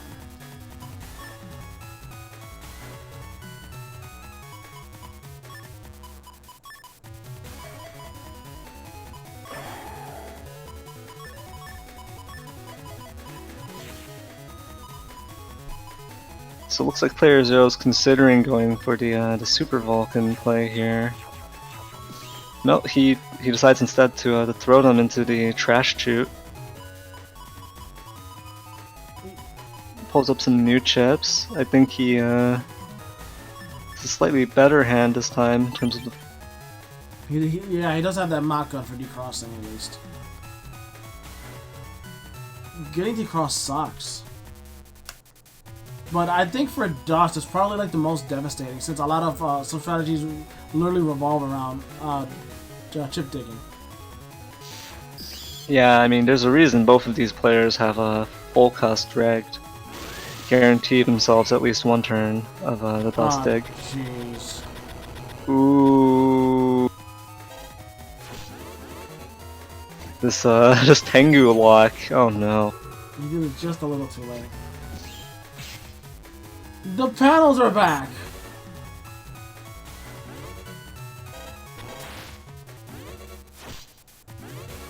Stop them that time. Wait! Oh, I'm about to say. Don't scare me, Rush.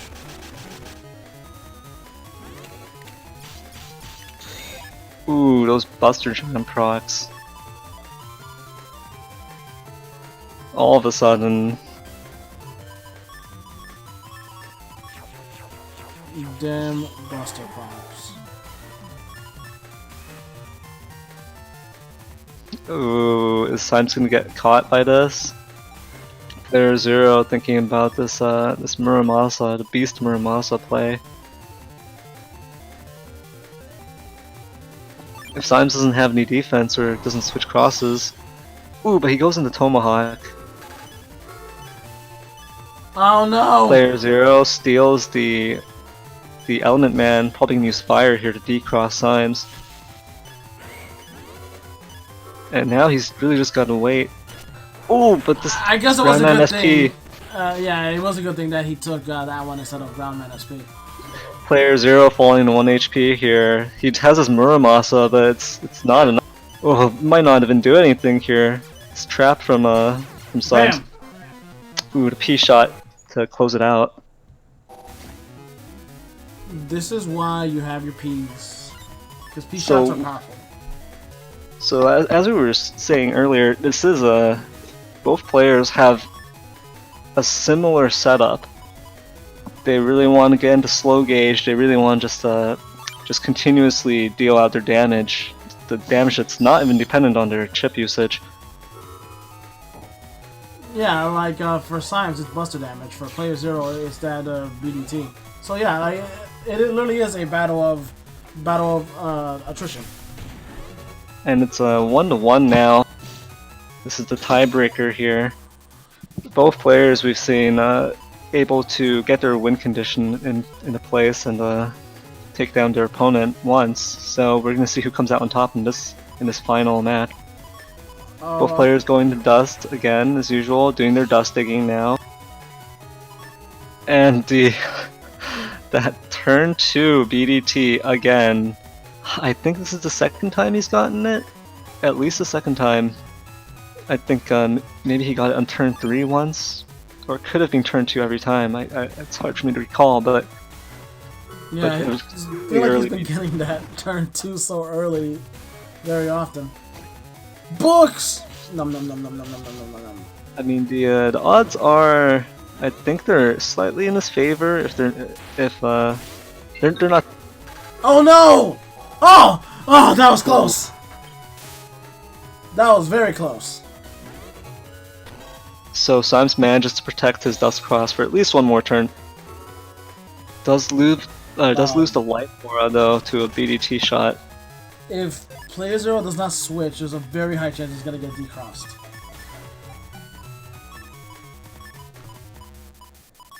Very high chance. I'm not sure what he could get decrossed from other than Erase Man though. If Symes doesn't manage to pull it, and I mean player zero here opting to load up anti-navi first, so maybe he's predicting this Erase Man will come out. There's no machine gun or Magnum or anything on Symes' part, so he goes into Tengu, tries to land that static, but doesn't manage to. He At did least not gets this CFC double that mid. though.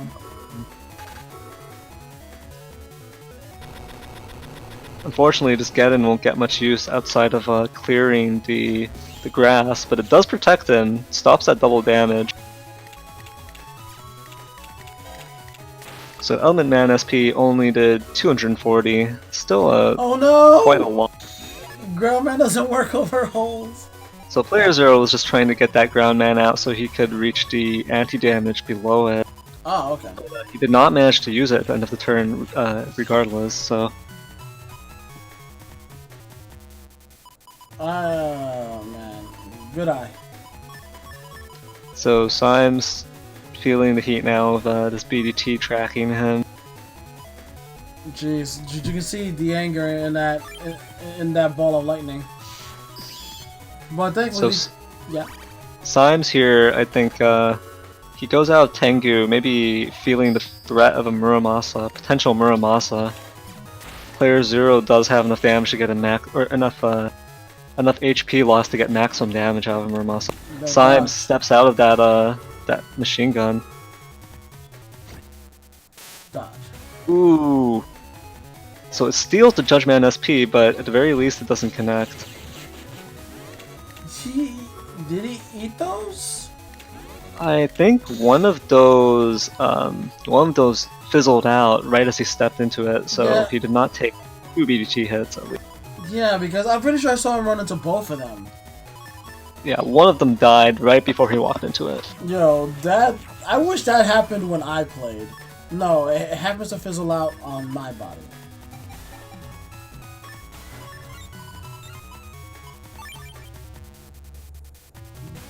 That's always my luck, though. Not everyone is as unlucky.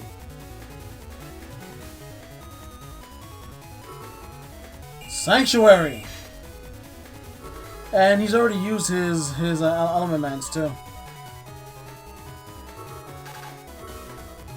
Ooh, the life aura counter He was waiting protects for that. cross.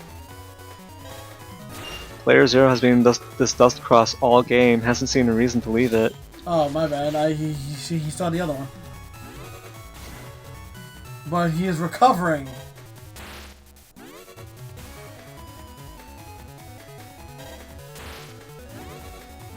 Yo, that fancy footwork.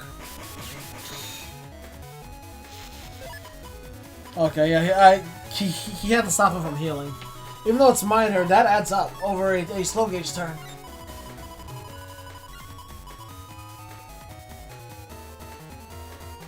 Player Zero thinking about what crossing is, since now he's tired, but not that tired.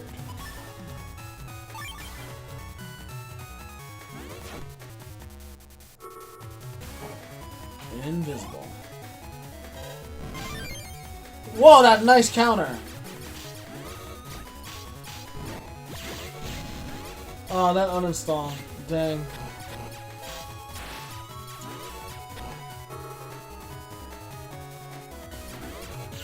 Ouch!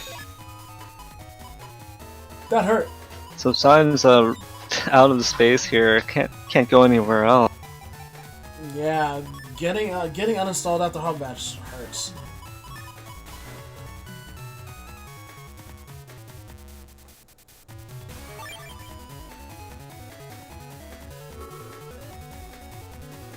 Symes throwing down some defense. Both players loading up defense. Invis coming out.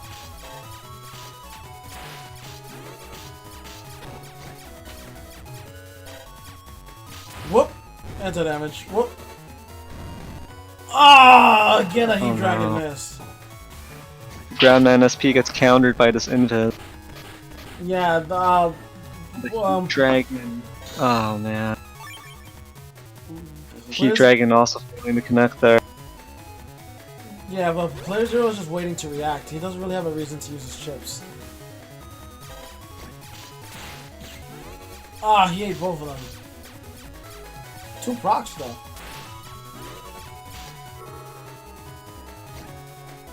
The Judgman connects, doesn't paralyze because of Tomahawk. Symes getting backed into a corner here with this area play.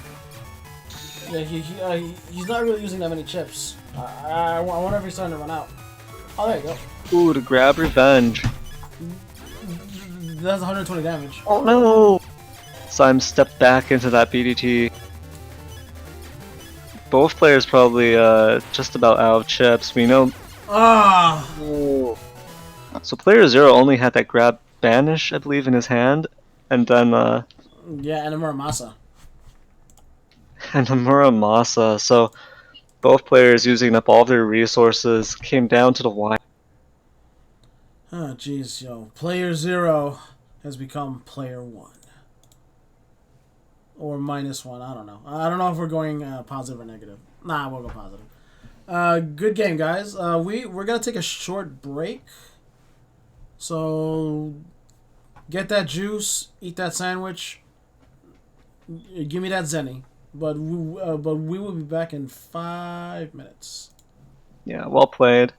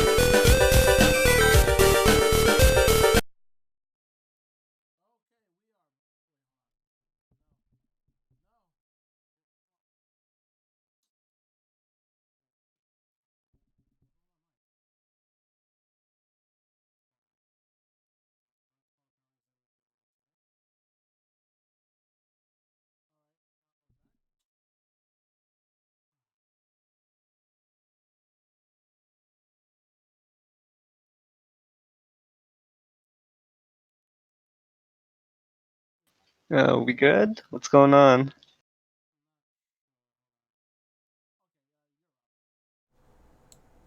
Testing? Okay, good. There we go. We are back. I love how the moment we return, we get a small issue, but we are all good now. Neryth, are you good? I'm great. So we have Symes versus Neryth. Oh, geez, two powerhouses clashing. We will be seeing quite the match. Since Symes will be, as we saw in the previous match, will be focusing on buster damage. Yeah, he does have the Wood Dragon, Heat Dragon combo, but other than that, it's almost entirely just buster damage and his Navi chips. With lots and lots of defense.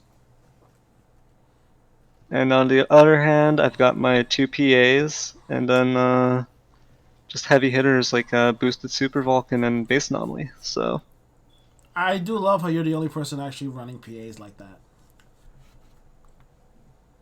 Remember, I said plural PAs. yeah, I mean, I just wanted a good reason to be able to run Fast Gauge and Slow Gauge in the same folder, so I thought about it. Fast Gauge works well with Dust Pulse. Slow Gauge works well with Poison Pharaoh. It's a match made in heaven. You monster. But that's okay. Here on the battlefield, we welcome monsters. All right, are you ready to rock and roll? Let's do it. Bam.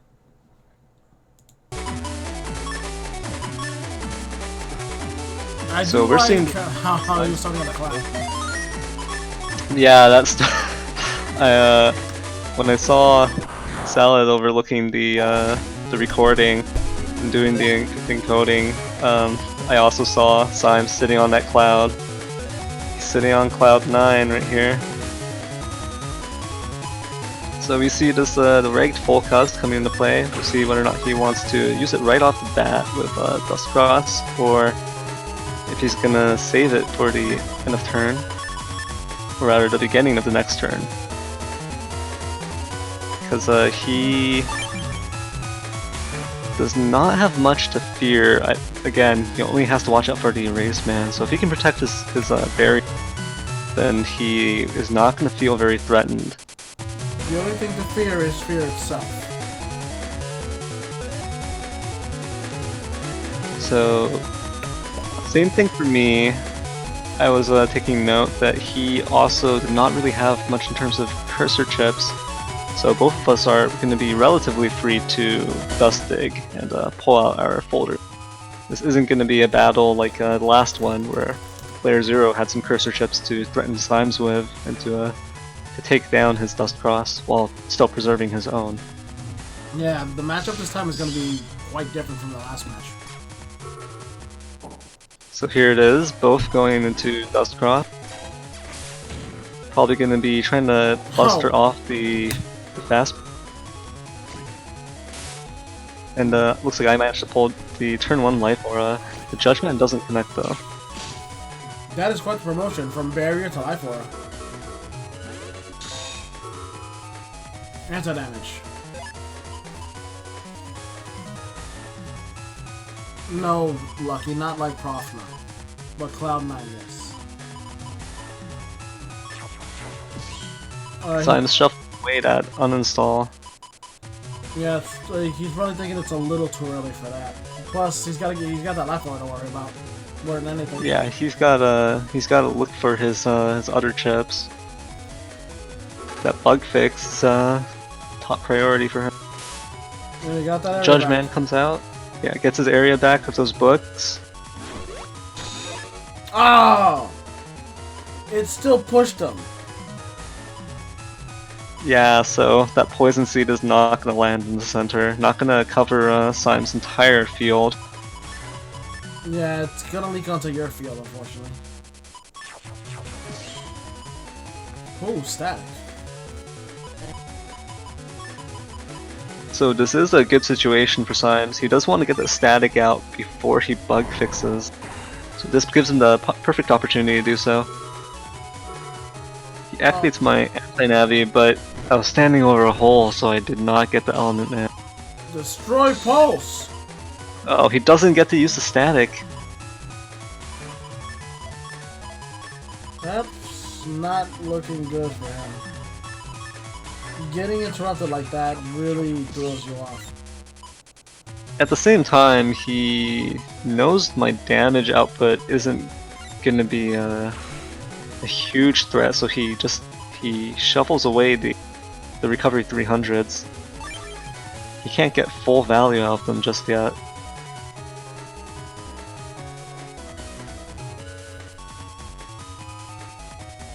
Yeah, the buster damage does more damage over the long run. So Symes goes into Tomahawk to get rid of that blind effect. Trying to get some buster damage in here. Decides to use Invis and his own defense, his own life aura here. Ooh, so he pulls the hub batch, and that's great news for him because what happens with custom bug and hub batch interaction is it resets your cust. So even if you have cust bug going, if you manage to draw your hub batch, you will have not max cust, but cust 7 on the next turn due to losing 1. But it will restore to 8 and you immediately lose 1, so you go down to 7. So this will extend the time he has to look for the bug fix, yeah. Race Man doesn't connect. So he was a little too hectic right there. He does pop this slow gauge here. Oh, he moved forward right when he did wind rack. Yeah. I think I got a little impatient there. Wind rack not managing to connect. I can't imagine how that feels getting pelted by the water from that cross. Like, you technically can't even see the shot, so it's going super fast. Neryth, please tell us in your own words how to feel getting hit by those shots. Refreshing. Agreed. So Symes pulls his bug fix here. Not going to have any problems with this cust bug going forward into this. He does get hit by this Erase Man, but not a huge problem, I think. Oh wow, he mashed out fast enough. Oh, so he manages to avoid a full area lock. That would have been rough. Puts his Invis into play as well, so now he's just bustering. Hoping for those Buster Jam procs. He gets 1. Is he gonna... Is 2. Is Neryth gonna get that back turn... I mean, that back row poison fire is the question.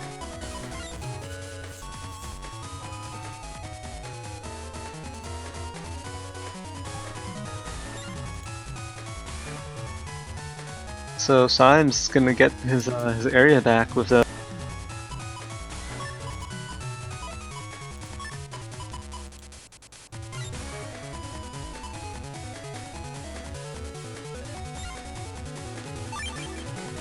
How's he gonna handle this?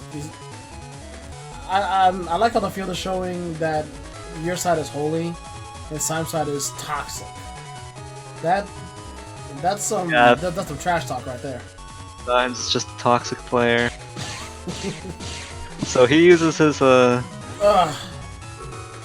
he gets his area back. He has his own sanctuary to play here. Poison Pharaoh on Sanctuary is protected.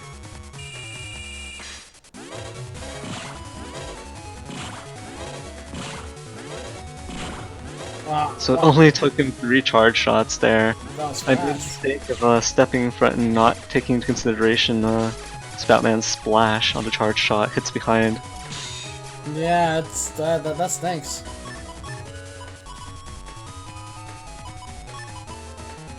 But that was well played from Symes. He's managing to use spout crosses really fast charged, so he can actually make me blink and then fire a second charge shot at the Poison Pharaoh. So I couldn't even tank the shots for the Poison Pharaoh.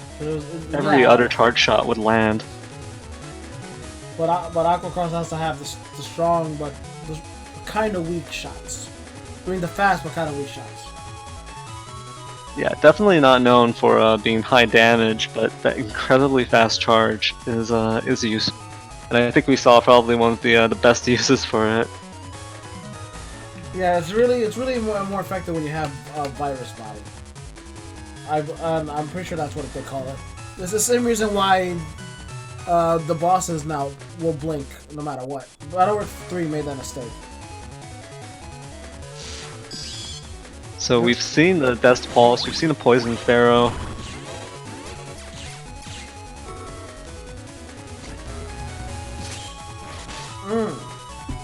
Nope. Ooh, No! so The Symes manages grass! to block the grass. The grass blast man SP. It would have been 500, instead it's only 250. And this Geddon also locks me into place, so Symes is just firing away, getting those buster procs. He got 2 procs 3, in a row! 4.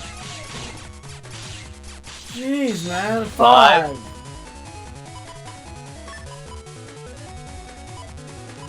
So many buster So we're procs. really seeing that damage come out. Yeah, he closed the gap so fast. So he's at the end of his folder here, but it's all good because I'm down to 21 HP. He shouldn't have too much trouble closing it out. Oh, but Whoa! What? Ah! Beast down Super Vulcan! Ah! Choo choo choo choo choo choo! My favorite one of my favorite finishers. so that was 1000 damage Super Vulcan right there. 1000 paralyzing Super Vulcan.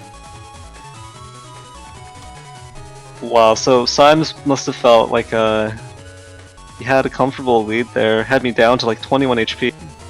Yeah. That last thing in my folder right there managed to turn it around. If that had failed to connect, that would have been the game for Symes. Yeah, like you have to remember, no matter who you're fighting, never count them out. Never count them out, no matter what, or else something like that could turn the game around. Symes is confused. Wow, the Buster Proc. So both of us coming out with a Life Aura turn 1, wanting to protect the Dust Cross. Symes getting those Buster Ups out. Poison Seed.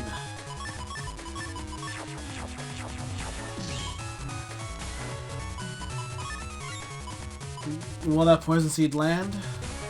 Or will it fall on top? We'll find out next time. On N1GP, woo! Well, he's got that twin. Again. It's all about the twins.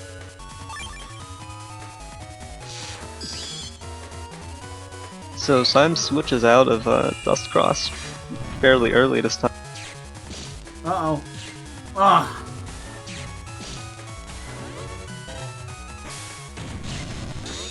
Uninstall. Heat Dragon connects, gets the uninstall off. But at least it was Wasn't half double damage. In fact, it was half damage thanks to the Sanctuary, the remaining Sanctuary panels, but still good to get the uninstall off.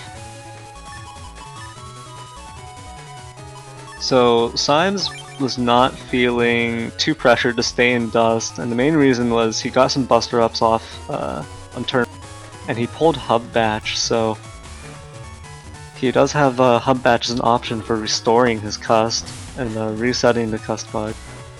Damn.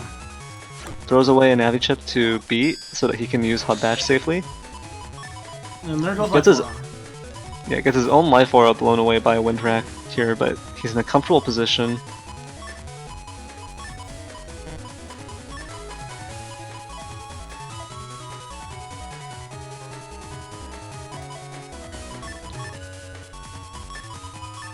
Actually, his bug fix came out earlier, didn't it? So he's in a good yeah, static is gonna be good. But if he gets that slow gauge Geeden lockdown again.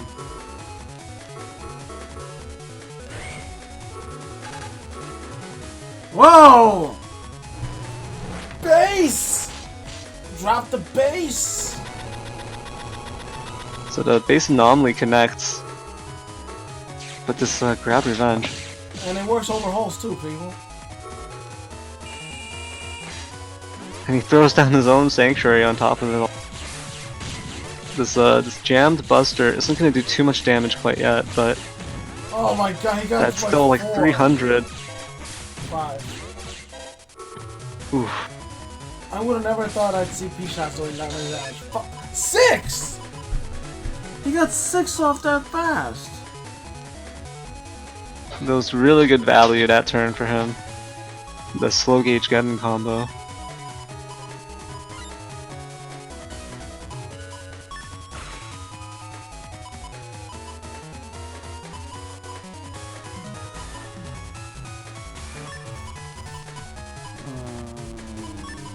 Symes still has a solid hand here. Got a lot of defense, has a recovery up his sleeve as well. I can't tell what Neryth is thinking, however. What? Okay. Anti-Navi, and it got rid of Symes' trap. Whoa! D-cross. Unfortunately, that all did half damage. Times 2!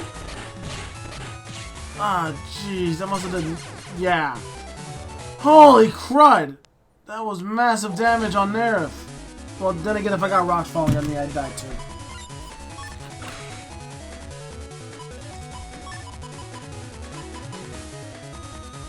Oh man, that was rough. That times 2 ground man does, let's see, 260 times 3? It's 520. That does 780. Jeez. Yeah, that's a ton of damage. That that was a really good anger play from Symes there.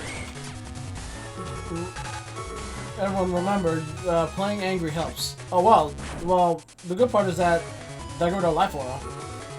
So now Symes does not have anything to protect him like that. He did block 500 damage though, so that was a possibly a good trade for him. Well, it was 500 damage from a 100 damage mega chip. So technically the other 400 were not from you, which is still not bad about me. Like if it would have cost you a little more, maybe. Ah, he TFC'd that just a little early. Hub batch. He's got that full attack now. Hub batch is great. It's not. It is a chip that requires input from you. Well, Symes already has attack max, so he didn't really get buster stats out of. At least he didn't get attack from the hub batch. But what he did get is that maxed cust, as well as the shield. Don't think he's used it so far. But hasn't actually seen a need to use it. Bop, bop. Okay, he was ready this time. Yeah, he even had an invis after that, so if it did come down to a TFC chain, he would have had the upper hand. Unfortunate. He cycles away the recovery 300s. It's too early in the match to get any value out.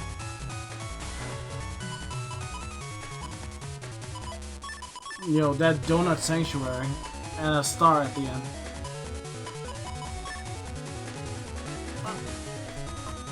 Quick reminder, if you have the panel crushed under you with a holy panel, does the holy still count?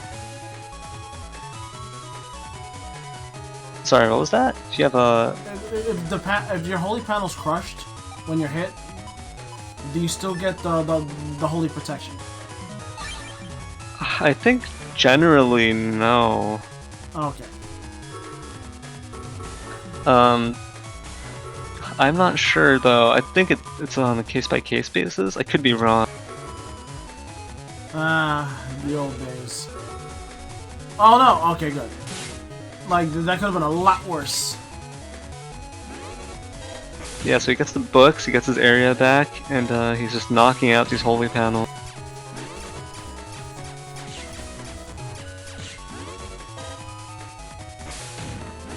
Whoa, nice dodge.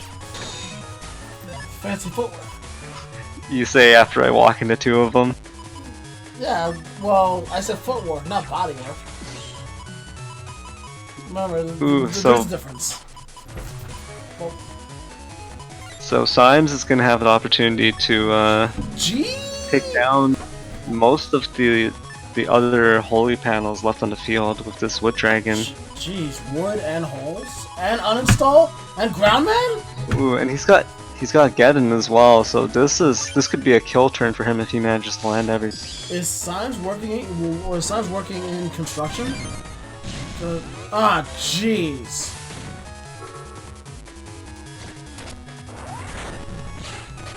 Yeah, that was that first one hit was half. Yeah, that first hit did get halved. Oh jeez. Unfortunately, Status Guard is gonna protect him.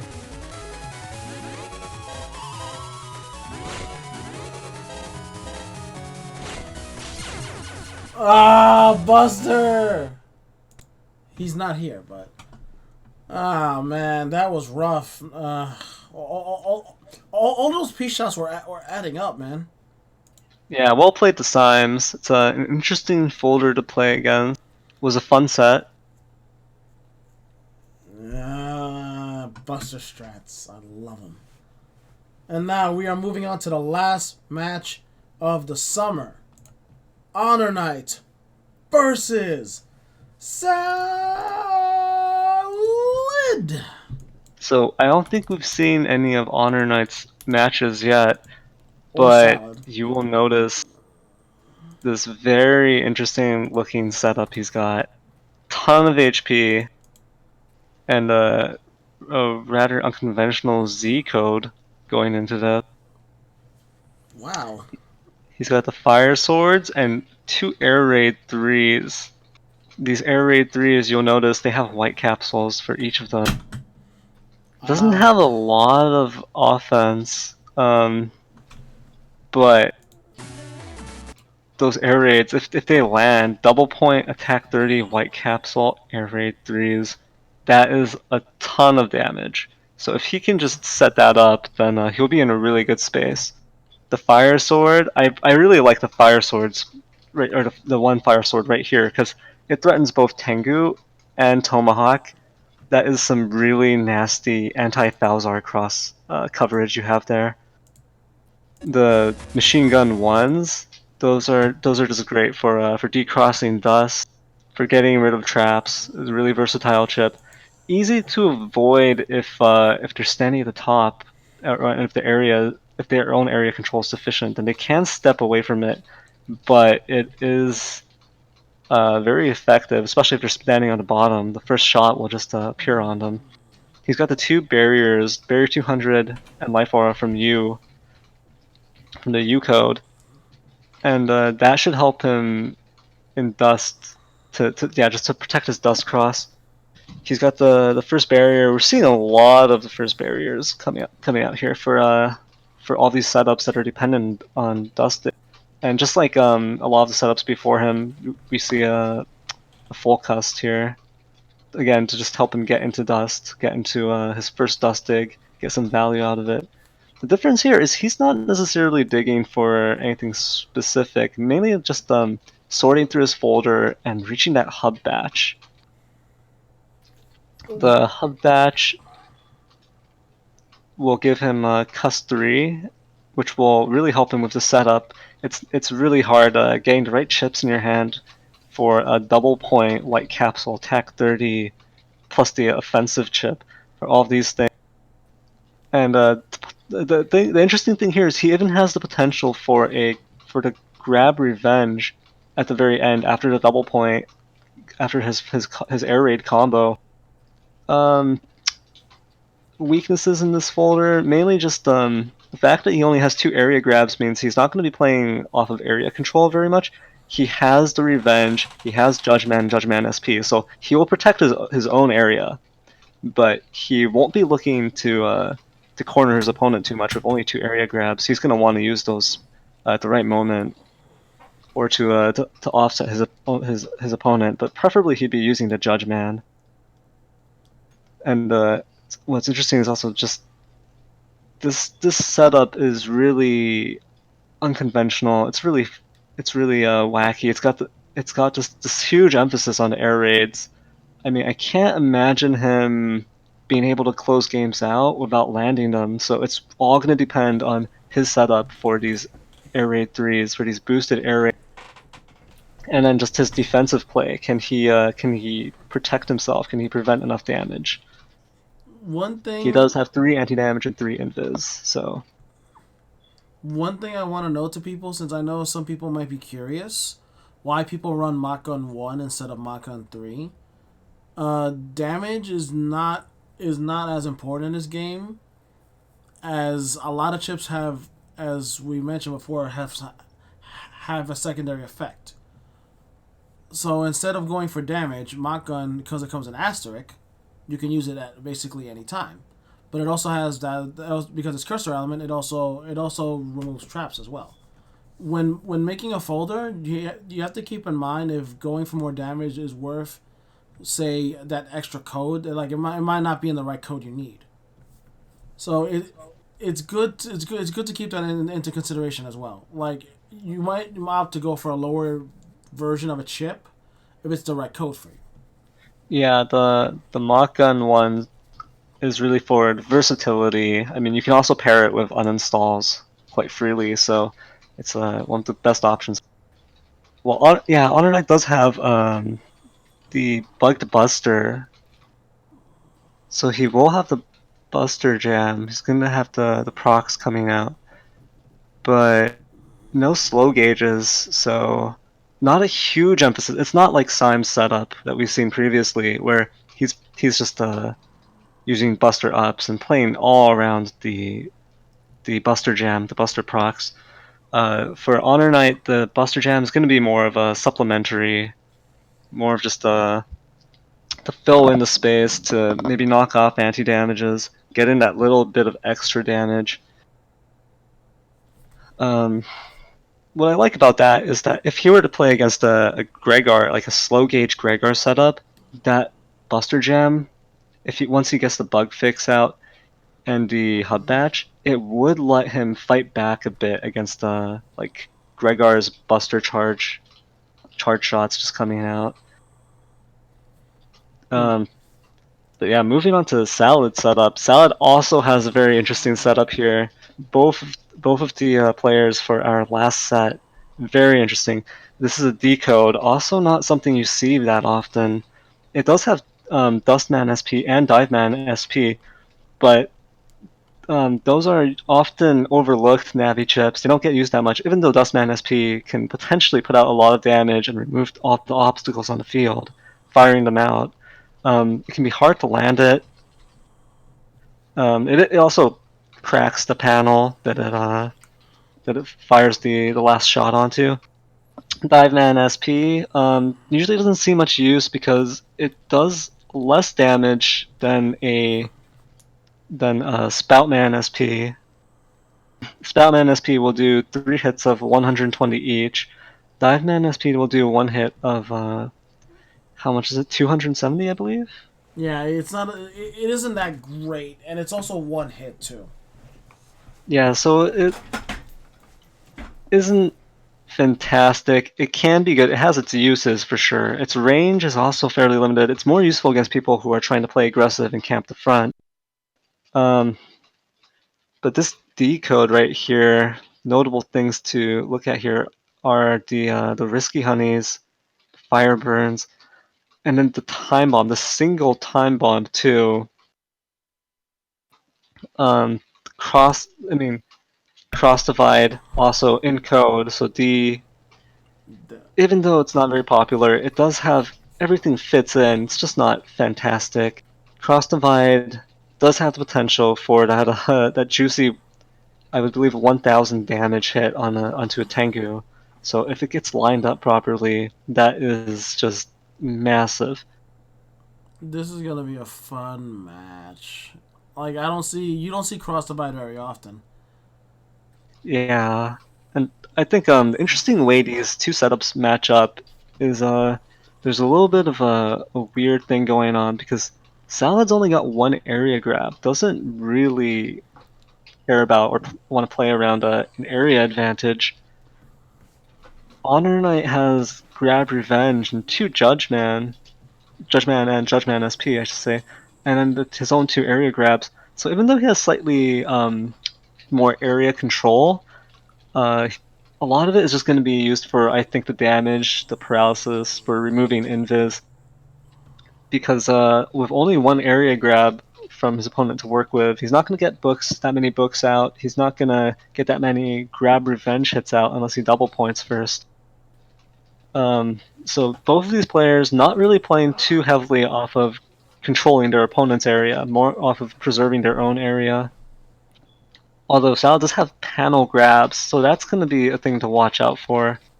The That's panel also grabs, yeah.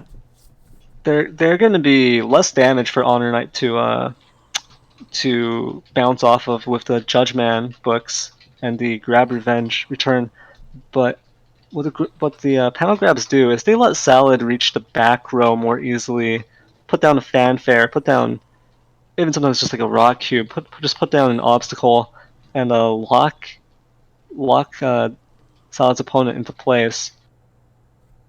Honor Knight is Falzar though, so if he stays in Dust Cross, that obstacle threat is reduced. So this is interesting, very interesting matchup between these two. It's not like I'll say both of these are not necessarily experimental in the case of the decode from Salad. Decode is not popular, but something that people have played a lot in the past. Not currently popular, I should say. The Z code, though, from Honor Knight is something that I don't think anyone has played recently, at least. So both of these players playing something kind of fun, new, and exciting here, and their Navicusts also quite different. Massive HP differential between Honor Knight and Salad. So Eurasia, what do you think of this matchup? What do you think of their setups here? The only thing I'm still not sure is that Time Bomb 2. It's not used in a PA, but I'm guessing it's gonna be used with Dustman for that extra juicy damage because every object that Dustman inhales is the damage done by the chip, correct? Yeah, so it adds 200. So the Time Bomb 2, what I would see, how I can see it being played is Sad might put it down and bait the other person into trying to destroy it. So they might try to stand in front of it and buster it down or try to use a chip. But right as they line up, Bam! that's the optimal time to just throw down the Dustman SP, suck up the bomb that they were trying to blow up, and shoot it into their face. That sounds like that should make the bomb explode from doing that. Well, Yeah, two really fun setups. I can't wait to see how this plays out. and I'm sure everyone watching is also excited for this awesome match between two brand new players. Something like that. No, I'm kidding. Both players are pretty versed in the game. Yeah, both players, Honor Knight and Silent, have been around for a while. So we'll see how this plays out, though. Yes. Last operation. Set. You are the worst Mega Man ever. I'm selling you for a brand new Navi. Alright, from what it looks like, Salad isn't ready, so let's get a drink. So yeah, this match is from Honor Knight's perspective, I believe. get to see Mega Man blinking here. Just blinking. No! I'm not worried about that. There you go. Nah, now Salad's ready. Ooh, so double rock cube field right off the bat. Both players incentivized to go into Dust Cross here. Although that could be a bit of a problem for Honornite. He has the first barrier, but Salad has a ragged machine gun 1, so he will be threatened by that. If he decides to go into Dust Cross and try to suck the cubes up, he could be decrossed in an instant. Wow, man. Seeing that 2250 HP alongside that 1400. Brings back memories. Yes, when I used to be running 2600. I gotta bring that back. Yes, I will bring that back for you. So Honornite opting to not even go into Dust Cross in the first turn. He's not going to compete for these cubes. He was maybe predicting the machine gun. But, oh, he loses the anti-damage and the first barrier to those bees. Man, Salad's hungry. Bees do 5 hits, so the first hit broke the barrier, and the other 4 hits got soaked up by the anti-damage. On top of that, Salad now has both rock cubes in their stomach right here, ready to just regurgitate. Gross. It's 200 damage each, so Honornite has a ton of HP, but Salad has gotten some tools to deal with that. So Honornite going into Dust Cross now, maybe feeling like Bam! Down with 1. Yo, the poison and HP bug together just hurts. Honornite's already lost over 100 HP during that segment. From just poison. Well, I think one of those rock cubes connected, didn't it? So it's 200. He's lost about like 70, 80 HP to the poison. Yeah, but that's pretty significant. Oh yeah, like if this were slow gauge, this would be brutal. You'd be seeing like 100 something, 200, more 200 HP being lost. So the machine gun connects, even though Honornite has warp step, didn't manage to dodge that. Barrier 200 coming out for Honornite. A little bit too late, unfortunately. And Rush does manage to eat the rush, yeah. Ew. I would not eat Rush. Good boy. But that barrier is going to provide some good protection. Yeah, both players coming out with their defense here. Honornite forced to go into another cross here after losing his dust. So this is a nice situation though. He's got the 1 area grab. If he can get +1 on area, then Tomahawk Cross will be able to step in, provide some axes to knock off this anti-damage. And then just slice, dice, axe, hatchet.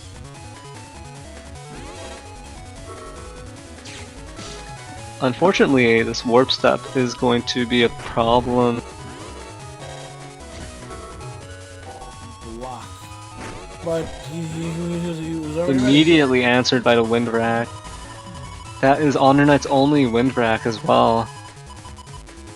So that was really fortunate there. Yeah, that was a pretty not bad timing.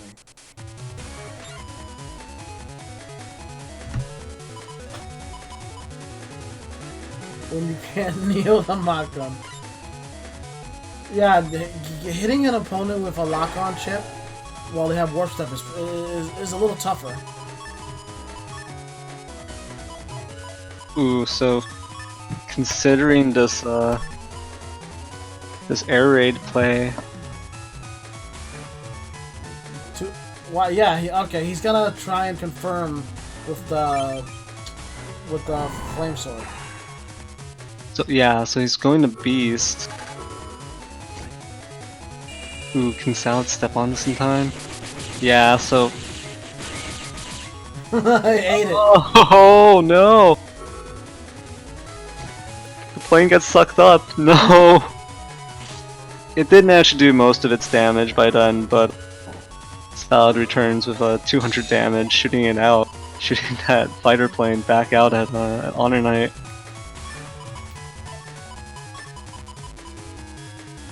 So Hub Batch coming in for Honornite here. This will be a huge help, giving him +2 cust. And attack stats.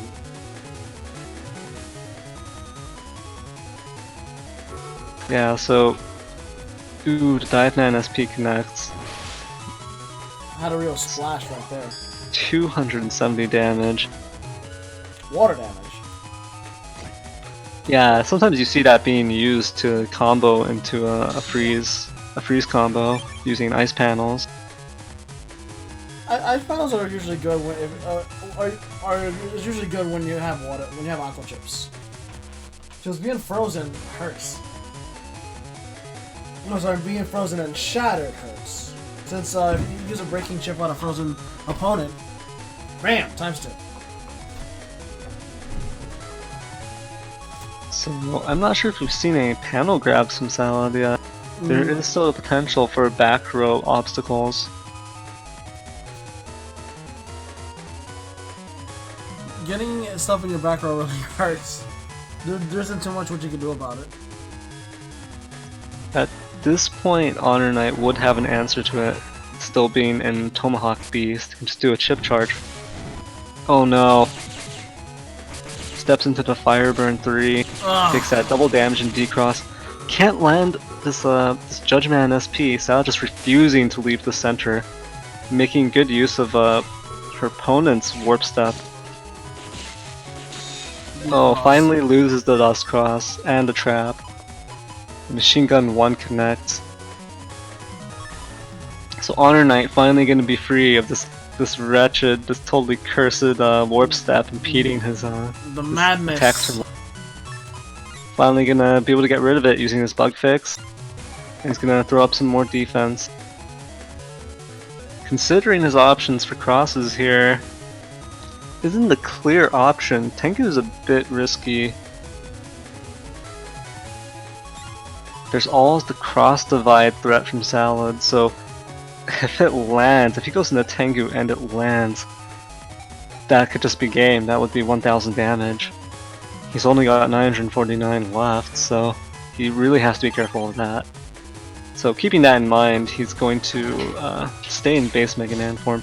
Oh, the second panel grab. Is this going to be a back row obstacle? Oh, the fanfare! It lands. And the worst part is, it's in the middle, so... Yeah, Honornite is row locked. He can only move forwards and backwards here. Can't do anything here. Salad is just going to camp this panel, so the panels won't even return as long as Salad is standing on them. Ooh, Honornite does have this answer here in Tengu. He can blow off. He can blow Salad away with it and just get the area back once the time elapses. But thinking about that, is that really a wise choice? The cross divide threat is still there, but he needs to answer this this back row fanfare play, this area play off of the panel grabs. Might go for a more defensive turn here. Yeah, opting to use his chips to get this utility. Salad goes into Tengu. Okay, so Honornite deals with the fanfare using the Blast Man. Whoa! There you go. So Salad loses the panel grab area, but Honornite loses the life aura. Erase Man from Salad, missing. Honornite managing to avoid that. And there's just a stalemate here, both sides using their holy panels. The cross divide does connect, but it's only 125 damage because... Yeah, so the slashes of the cross divide, they converge on the center panel, or I'd say in front of the person who... But if you're standing diagonally from it, you'll take half damage, you'll take one slash, and that's 250. But on holy panel, that gets reduced even further to 125. So Honornite still has this this air raid. Here it comes. Air raid white capsule, double point. Oh, this is rough. Salad sucked up the previous air raid and shot it back out, but no longer has the option of doing that. Got decrossed, lost dust cross, so there's no threat at least of the dust cross sucking up the air raid, but it still is tough to protect the air raid. If your opponent has an offensive chip at the ready, then they can easily destroy it. Wow, turn 10 already? Jeez. Where'd the time go? Nope. Element Man, grass, getting rid of those holy panels. Bam. Popping Shield. the... Oh. Yeah, Honornite starting to use his shields here. Ooh. Oh wow, that was well played by both of them right. The beast gave up anyways. Yeah, like, nah, screw it. Nah, He it's okay. used invis, it's over. Let's just give up the chase. That was an interesting play though. Salad was using that rock cube to block off Honornite's escape route there. So if those bees had continued and Honornite didn't have that invis, More stinging. would have continued. That's Yeah, fine. they stunned Honornite all over, but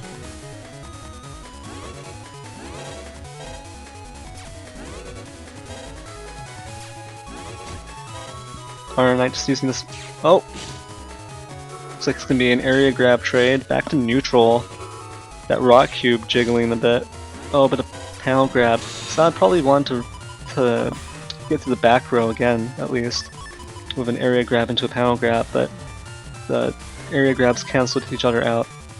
Bees come out, so Honornite is down to 400 HP, just under 400. Does have some offensive options here, still has the air raid. Still has his heavy hitting air raid, I should say. This still has the double point for it. If we could just manage to paralyze him with a chip that had a paralyzing function. This is potentially a good spot for Honornite. He's still so he can Element Man fire into the Judge Man, and then yeah, so he's thinking the same thing right here in terms of the chip order. So he's gonna try for this combo. The thing is, he's only gonna get plus 40. That rock cube is in the way there. If he doesn't deal with it before trying to do this combo, then he will lose out on quite a bit of damage. And he needs every point of damage he can get. These are his last chips. And it's also turn 12 too. He's got a charge. Yeah, send that rock cube back. Oh, but oh! This is gonna reduce him to 1 HP. Wow, I've never seen the Dustman chip being used like that. Oh, so the anti-damage gets taken down, but oh, it's a full double point. Air raid. Oh! What? What? Wow, didn't even need that Judge Man at the end. That last chip in this whole. Air raid. Jeez, Oh, I knew air raid wow. was strong, but I can never get it to survive. But that is satisfying to see. That air raid. I mean, his hope folder sounds is kind okay. of built around it, so props to Honornite for being able to execute on that. At the very end, his last chips managed to enable that air raid. At least the super hull fields won't affect his air raid because they fly technically. Oh! Ow! Kind of a slow first turn, nobody really making any moves. Yo, still, man, that air raid was great. And right off the bat, we're seeing another potential air raid. This could be a bit risky. If Salad goes into choosing to cycle them away, it's a smart call. He's really got a lot of utility here. A lot of utility options. It's 2 area grabs. Choosing to use up the rest of the chips that he's been holding on to. Just want the upsides to running this full cast here. Does speed up his cust degradation, but gives him more chances at this, this dust dig without the threat of being decrossed. That's nuts. He wants to probably throw away as much as he can, pull up that hub batch or that bug fix. That's the ideal situation. That's only cycles 2 chips. Chooses to keep a lot of this utility in his hands. Salad is in Tengu right now.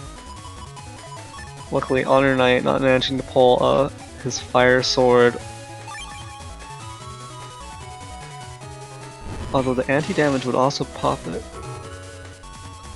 So the anti-damage star lands on Salad, but due to the risky honey hive, it blocks it, protecting Tengu Cross.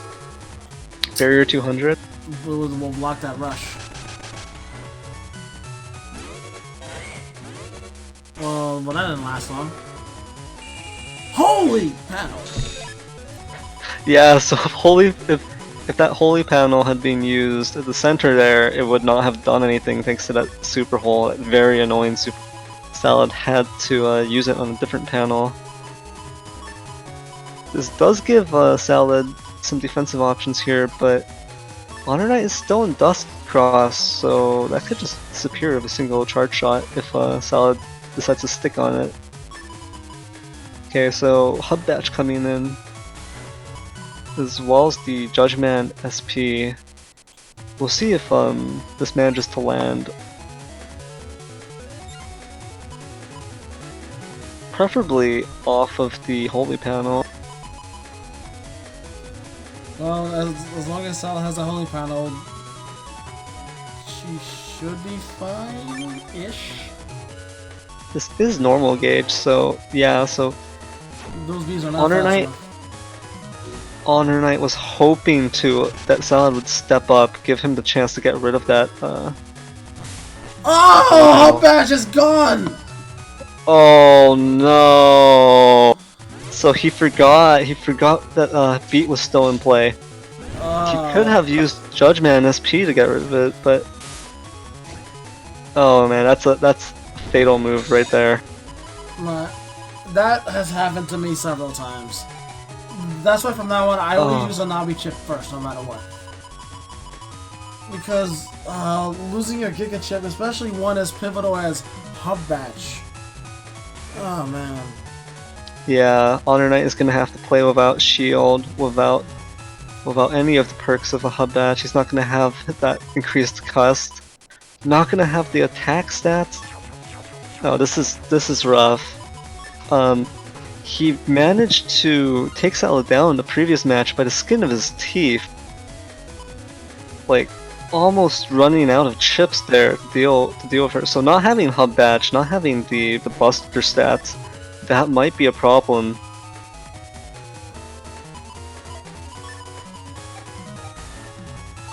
Bug fix coming out here at least, some consolation here, and a machine gun. Bug fix. This machine gun, if this lands, Watch this could out! be good. Oh! Ooh! The dodges! In the face. They're just trading punches here. Dun, dun, dun, dun, dun. Oh no. Salad's okay.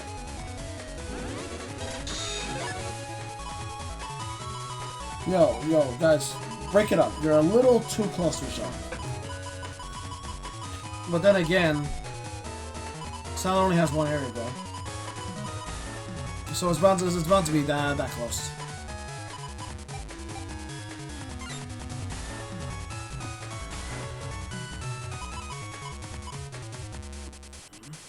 So awkward situation. Thankfully, Honornite is playing mostly this mono code, if you can call it that. It's mainly just the Z code chips. So it's not too bad. Most of his chips are asterisk. They're star code. So he isn't having like problems with the flow in his folder. He's just missing those last 2 custom slots. It might be kind of annoying to get all the chips he wants into play. He's gotta choose the right time to use these air raids, because if they come out at the wrong time, then they're just gonna get destroyed immediately.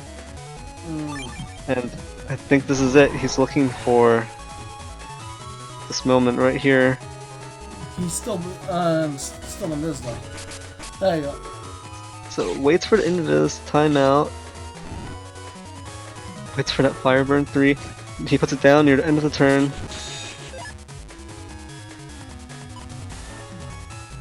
So the thing is, the air raid itself does not have the white capsule. It's the fire sword he's holding onto now that has it. So he's gotta be thinking. I mean, this is a really interesting play because his opponent doesn't know that the air raid itself does not have the white capsule until it hits them. So the fact that he's got the fire sword, that is really sneaky. It's that shiv in his hand. If his opponent goes into Tomahawk, then it will not protect them. Oh, but Life Aura blocking this damage. The Wind Rat comes down, just for that little bit of extra damage. Salad camping this holy panel with a Life Aura. It's gonna take some wind to get rid of it. Well, the wind has not been knocked out of Honornite sale, so pretty sure. Yeah, I was gonna say like Tengu got this. Yeah, but you always got to keep in mind That cross divide. Even with the Sanctuary, if it lands, it'll still be 500 if it lands head on anyways, and it'll be a D-cross. Yeah, that is super scary. Yeah, so at the very least, Honornite has the Sanctuary that he's planning to play.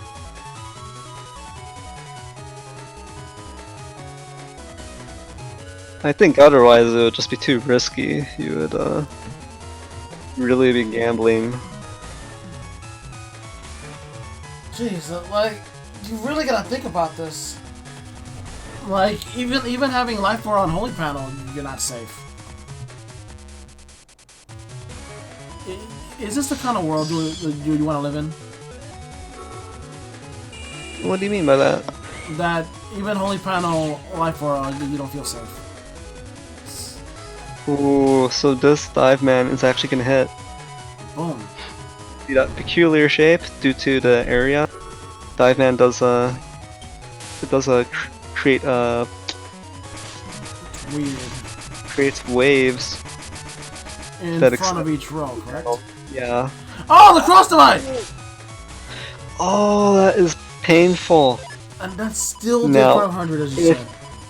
Now, if it had landed on that super hole, that would be 1000. So Salad did predict the Tengu cross. Just did not manage to land it off of the holy panels. Yes, at least it was good to still do that kind of massive damage.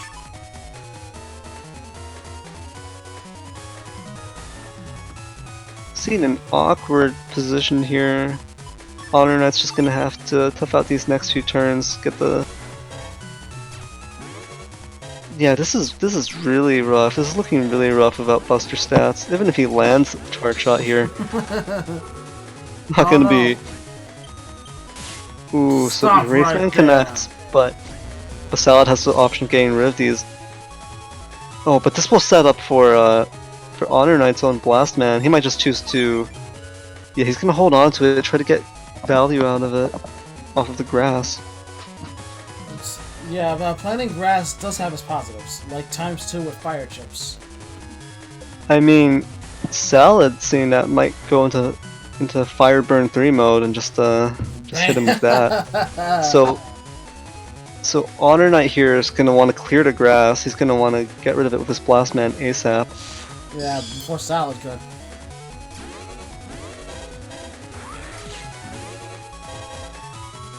Maybe waiting for a time freeze, hoping that grab revenge, panel grab, 2 panel grabs. Oh no! that is the setup for an obstacle play. So this is an awkward position for Honornite because he wants to stay. He wants to stay at the top to stop an obstacle from being dropped down there, probably to fanfare. But he also wants to step into the center to land his blast man. Otherwise, firing at the top, it will not cover the bottom row of the field. So he's got this grab revenge answer to it. And following it up with double point air raid. Let's see if this lands. Yep. That's Grab one. revenge comes down. Double point. Oh, the air raid. Ooh, anti-damage. Ah! Oh, Judgment! That was close. Time Oh, bomb. and then a time bomb. And a rock cube. The area grab does pop the anti-damage, but... Oh, dang, no! stepped out the last second. I'm surprised. That was close. I'm surprised he got out at that last second. Yeah, that must have been some furious mashing. But this is a problem. This is a big problem here. He's at the end of his folder. Only has Still has Judge 100. and Element. Yeah, So 1,000. even with the optimal usage here, he can't finish Salad off. Unless he gets Salad in the back and then it goes all Tomahawk. That is true. There is potential for that, but with only one Buster stat, only one attack, it's gonna take a while still.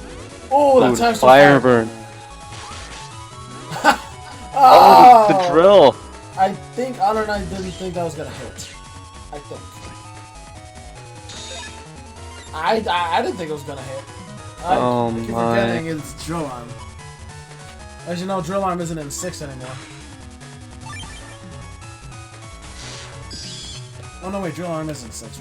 Yeah, Drill Arm isn't Yeah, I'm crazy. not used often. Ooh, the charged Risky Honey comes out. Honor Knight. What? That was so weak.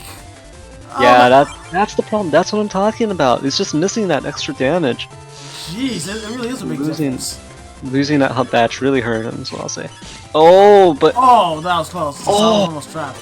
yeah, Salad managed to protect that area. Was in the process of stepping down into it, so it didn't get taken by the area grab. There are frames. Okay, so this is the final turn.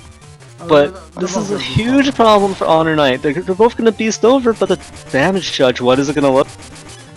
You have to keep in mind how much HP Honor Knight had versus how much Salad had. This is... Whoa! Pause. Oh wait, I got a message about that. Hold on.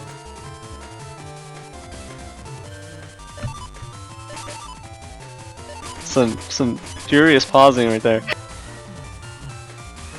Yeah, and this favored Salad heavily. 2056. Oof. So I think that was 750 something. So that was second match. It's gonna come down to this last one. Yeah, It's 1-1 right now. It's a tiebreaker. That was interesting.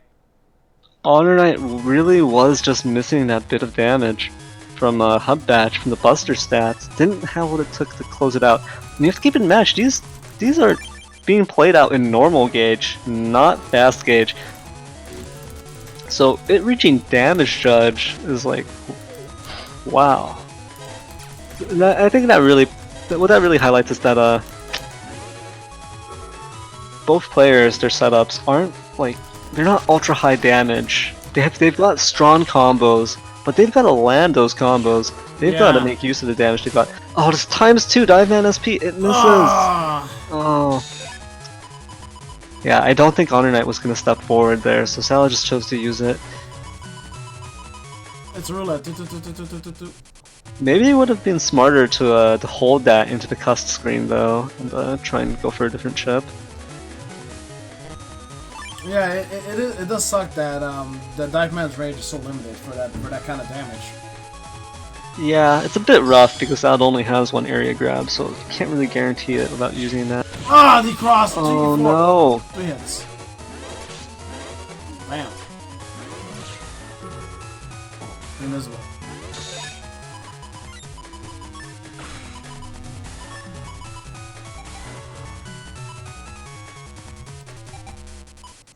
Man, this is tense. This is 1-1. Oh man, I'm really curious if Honornite is gonna land that air raid combo again. That was just too much. Yeah, this is. Oh, so both of them eating these Dusty crosses.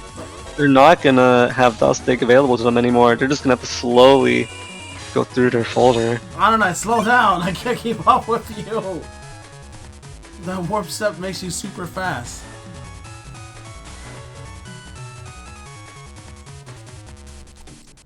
Remember, if you're gonna... Remember, it's not pressing A hard, it's pressing A fast. Oh, actually, no, it doesn't really matter. If you remember the match with Neryth, he still got him with Destroy Pulse. Even though he was mashing that full custom. Mashing is not an... You can win with mashing in Battle Network. I've learned that. Or can you?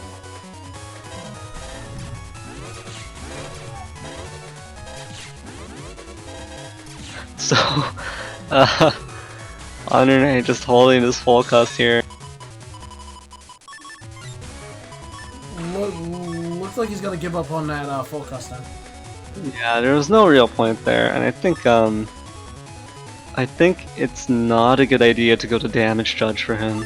He's a lot beefier, but he's got to pull his Buster stats. He's got to pull out his hub batch. He's got to keep his folder moving after losing Dust Cross. I literally thought you were gonna say something else when you said hub batch. But you're right, though. I have no idea what you're talking about. I'll explain after somebody dies. I mean, gets deleted. Whoa! Ooh, so... look at that sprite. Bug shot. And smoke. It does pop the anti-damage, so this is the benefit of having a clogged Buster. When it does fire off... Buy anti-damage. Yeah, goodbye anti-damage. It always worked because anti-damage minimum proc is 10. And even with one attack, that's 10 damage. Yeah, so yeah, even with one attack, the clogged Buster shot will do. That's right. So it does pop it. It's very useful for that purpose. It pops it like that pimple on your nose. Which you should not be popping. Oh, should have told me that earlier. Nah, okay, that's gross. Salad going the beast. Whoa! Oh, whoa, that's fast. Oh, the charge shot? Or the chip charge, I should say. I think What? one hit did connect. Yeah, only one did. The second one did not. As the first one does not make you blink, the second one does. So, awkward situation. Both of them having lost their dust crosses. Still just slowly sorting through. These turns are just flying by. Not that much damage coming out between the two of them in this last turn or two. Yeah, there isn't so much going. Oh! And just when you think it's going to be another slow turn, Fireburn 3 comes out, does double damage, and decrosses Tomahawk.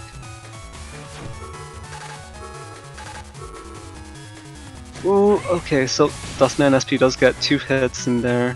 400 damage. Loses the anti-damage to the Windwrack, but still got that Holy Panel right there. I'm a big fan of Holy Panel as a defensive option. It can be really annoying for your opponent to get rid of. Just a solo Holy Panel? I've never really used it myself.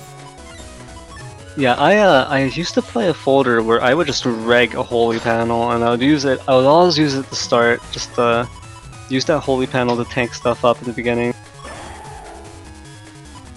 And then they've really got to figure out a way to get rid of it. Bug fix coming out at long last. I mean, he doesn't have custom bugs, so it's not a big deal, but Bam, still doesn't have hub batch. Luckily, he does throw a Navi chip away to beat this time. So when he does pull it, maybe in this next turn, he will not lose beat, hopefully. Holy Aura! Holy Aura! The Holy Aura. Oh man, still no hub batch. Guess he's not in a rush though. He's gonna use this turn to deal with Life Aura. The old bane of everyone's existence was Holy Aura. Until This Primarch is- 6 added Wind. This is a very interesting situation though, because Honornite started with 2250, Salad started with 400. So Honornite still has, you see those 2 white capsules, you see that air raid, he's still got his big damage waiting, just lurking in his folder. Although if he He's can't, just using these turns. yeah. Although if you can't get rid of that holy panel, the damage of it will be drastically reduced. So both of them are in Tengu now. They'll both be able to deal with each other's barriers, or in Salad's case with Salad's aura. They both have traps up. This is Bees! Oh. Bees come out. Salad protects their own. Oh, Oh, jeez. He was ready that time. Oh. so it does miss anyways, but that has to be scary. I thought it kind of targets. Or it doesn't target that close. I'm not sure on the cross divide targeting. I think it might be. I think it might default to a certain distance. Yeah. So if there isn't a target directly ahead of you, it does get thrown a certain distance away instead. Okay. That sucks. The chip missed, and because of that, Honornite still has that anti. That is not good for Salad. I think Salad has the anti-damage. And yeah, so both of them, they've got their defense here, I believe. Finally, Honornite looking at this as an opportunity to throw out one of the air raids with a white capsule. Yeah, both still have their anti-damage. Oh, so this is good. This is good news for Honornite. If he lands this is a ton of damage.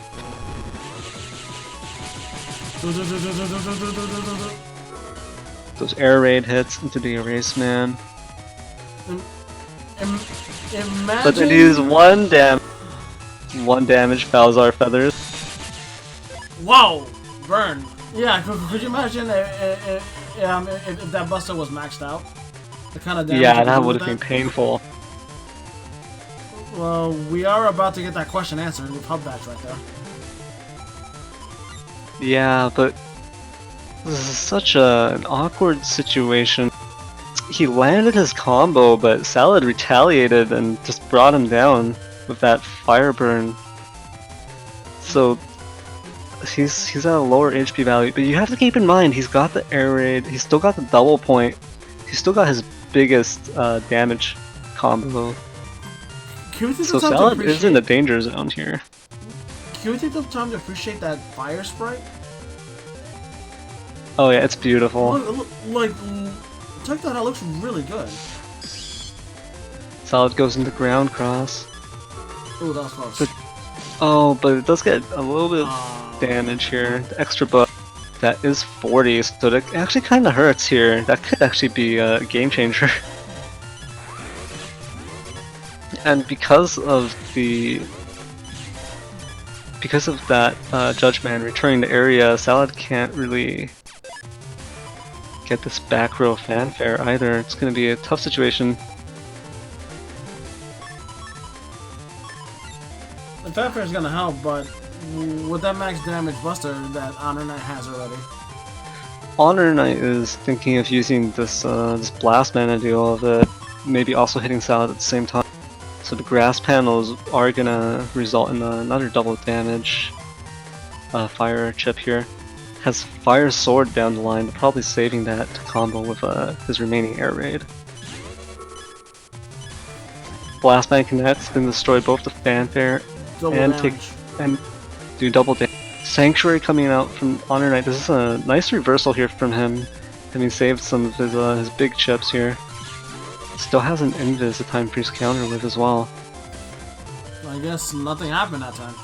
Attack 30 on this white capsule. This is enough. This is enough. If it lands, he chooses not to go for it. Maybe still fishing for Salad's defense. Not sure if she has anything left there. Yeah, just gonna get maximum value out of this. Go for the end of this play.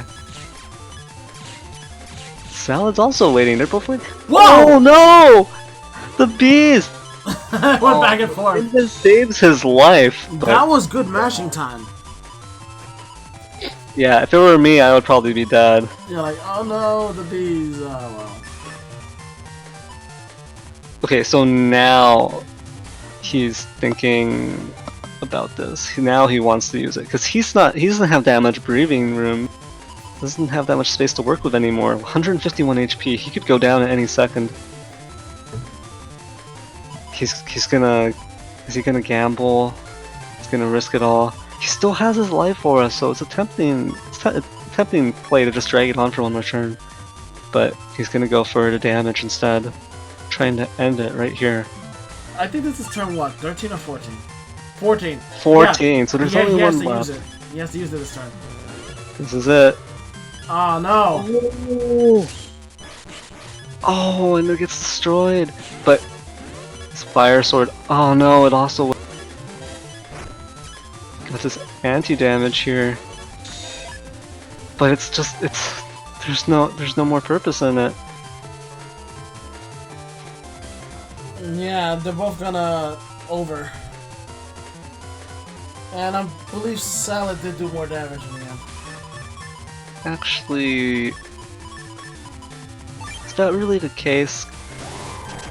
Yeah, so both of them did have access to Beast over.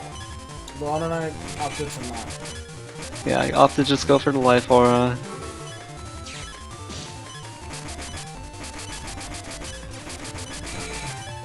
So yeah, the huge HP difference here is going to come into play. And the damage judge. Wow, that was still those are somewhat close. 1984 to 1220. Yeah, not too far apart. So that was quite a. All that was played in normal gauge, not fast gauge. So even though we reached damage judge twice, that wasn't the result of fast gauge turns, just making things much shorter. Well, just congratulations to both players. That was well played on both their parts. Oh wow, that yeah, I was expecting. interesting. Yeah, like seeing all these matches were really interesting. I saw seeing Snake, seeing Dustman, seeing Air Raid. Really, really interesting. That was a load of fun. Yeah, I think one thing I really like about New Moon is because it's an open format, you can see other players' setups, and people are encouraged to try new things, to practice things, to get used to whatever they haven't played in the past. People are encouraged to do these things. So it's nice to be able to go into a space where not everyone is playing like the same old, same old. So you end up with things like this, like decode versus Z code, with this air raid folder with snakes, with the Buster proc, the Buster jam, the Bug Buster hub batch that we saw from Symes. All of these different setups, really really fun to see all of them. Yeah. And seeing them face off against each other is just leads to some really hype, really interesting moments, like just those air raid plays. I'm just blown away by these sets. This was a lot of fun to cast. I am thankful for the ties this tournament has caused. It's been really helping my fishing. So, the players also have been fantastic. I appreciate seeing the new strategies, different strategies, and also, of course, returning strategies. Remember, this is only 11. We're going up to 100, if not 1,000. So I better see you here at New Moon 1000. Especially you, Neryth. I'll be there. You sure? Are you sure you're gonna be here at New Moon 1000? Yeah, I'll be there. I like your I'll enthusiasm. be in my my wheelchair. As a quick reminder, if you wanna join our new moon, a new moon cycle begins every Monday. It starts Monday at 12 a.m. and it ends on the Sunday of that week. The signups are open throughout the week during those times, and the information on the players and their setups are always posted. If you want to join, be sure to join our Discord, the N1GP Discord. It's like I said, there's no rush. You have the whole week to play your matches. No pressure. We're also here to give you feedback. So if you're not certain about something, we can help with that. Just remember, if you never try, you will never succeed, and you will never find out if you can succeed. Neryth, do you have any closing statements for any prospective new net battlers out there? Yeah, I mean, first I just want to lead with a shout out to all of the people who played their sets this cycle. I want to thank all of you guys for showing up, for coming up with these fun and interesting folders and setups. You were all fun to play with. It was a blast.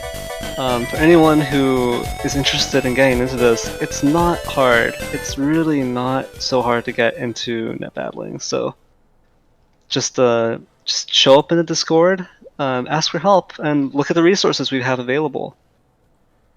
Sorry, I wasn't sure that the music was that loud, guys. Sorry. Yeah, so join us soon. Be ready for next new moon, for those high tides and those net battlers. This is Eurasia, jacking out. And Neryth? Yeah. Oh, and one last thing. Shout out to Mega Master. He does have that event coming up soon, so keep your eyes peeled for that as well. And yeah, thank you guys for watching. Thanks for tuning in. I'll see you guys next week. See you guys. Woo!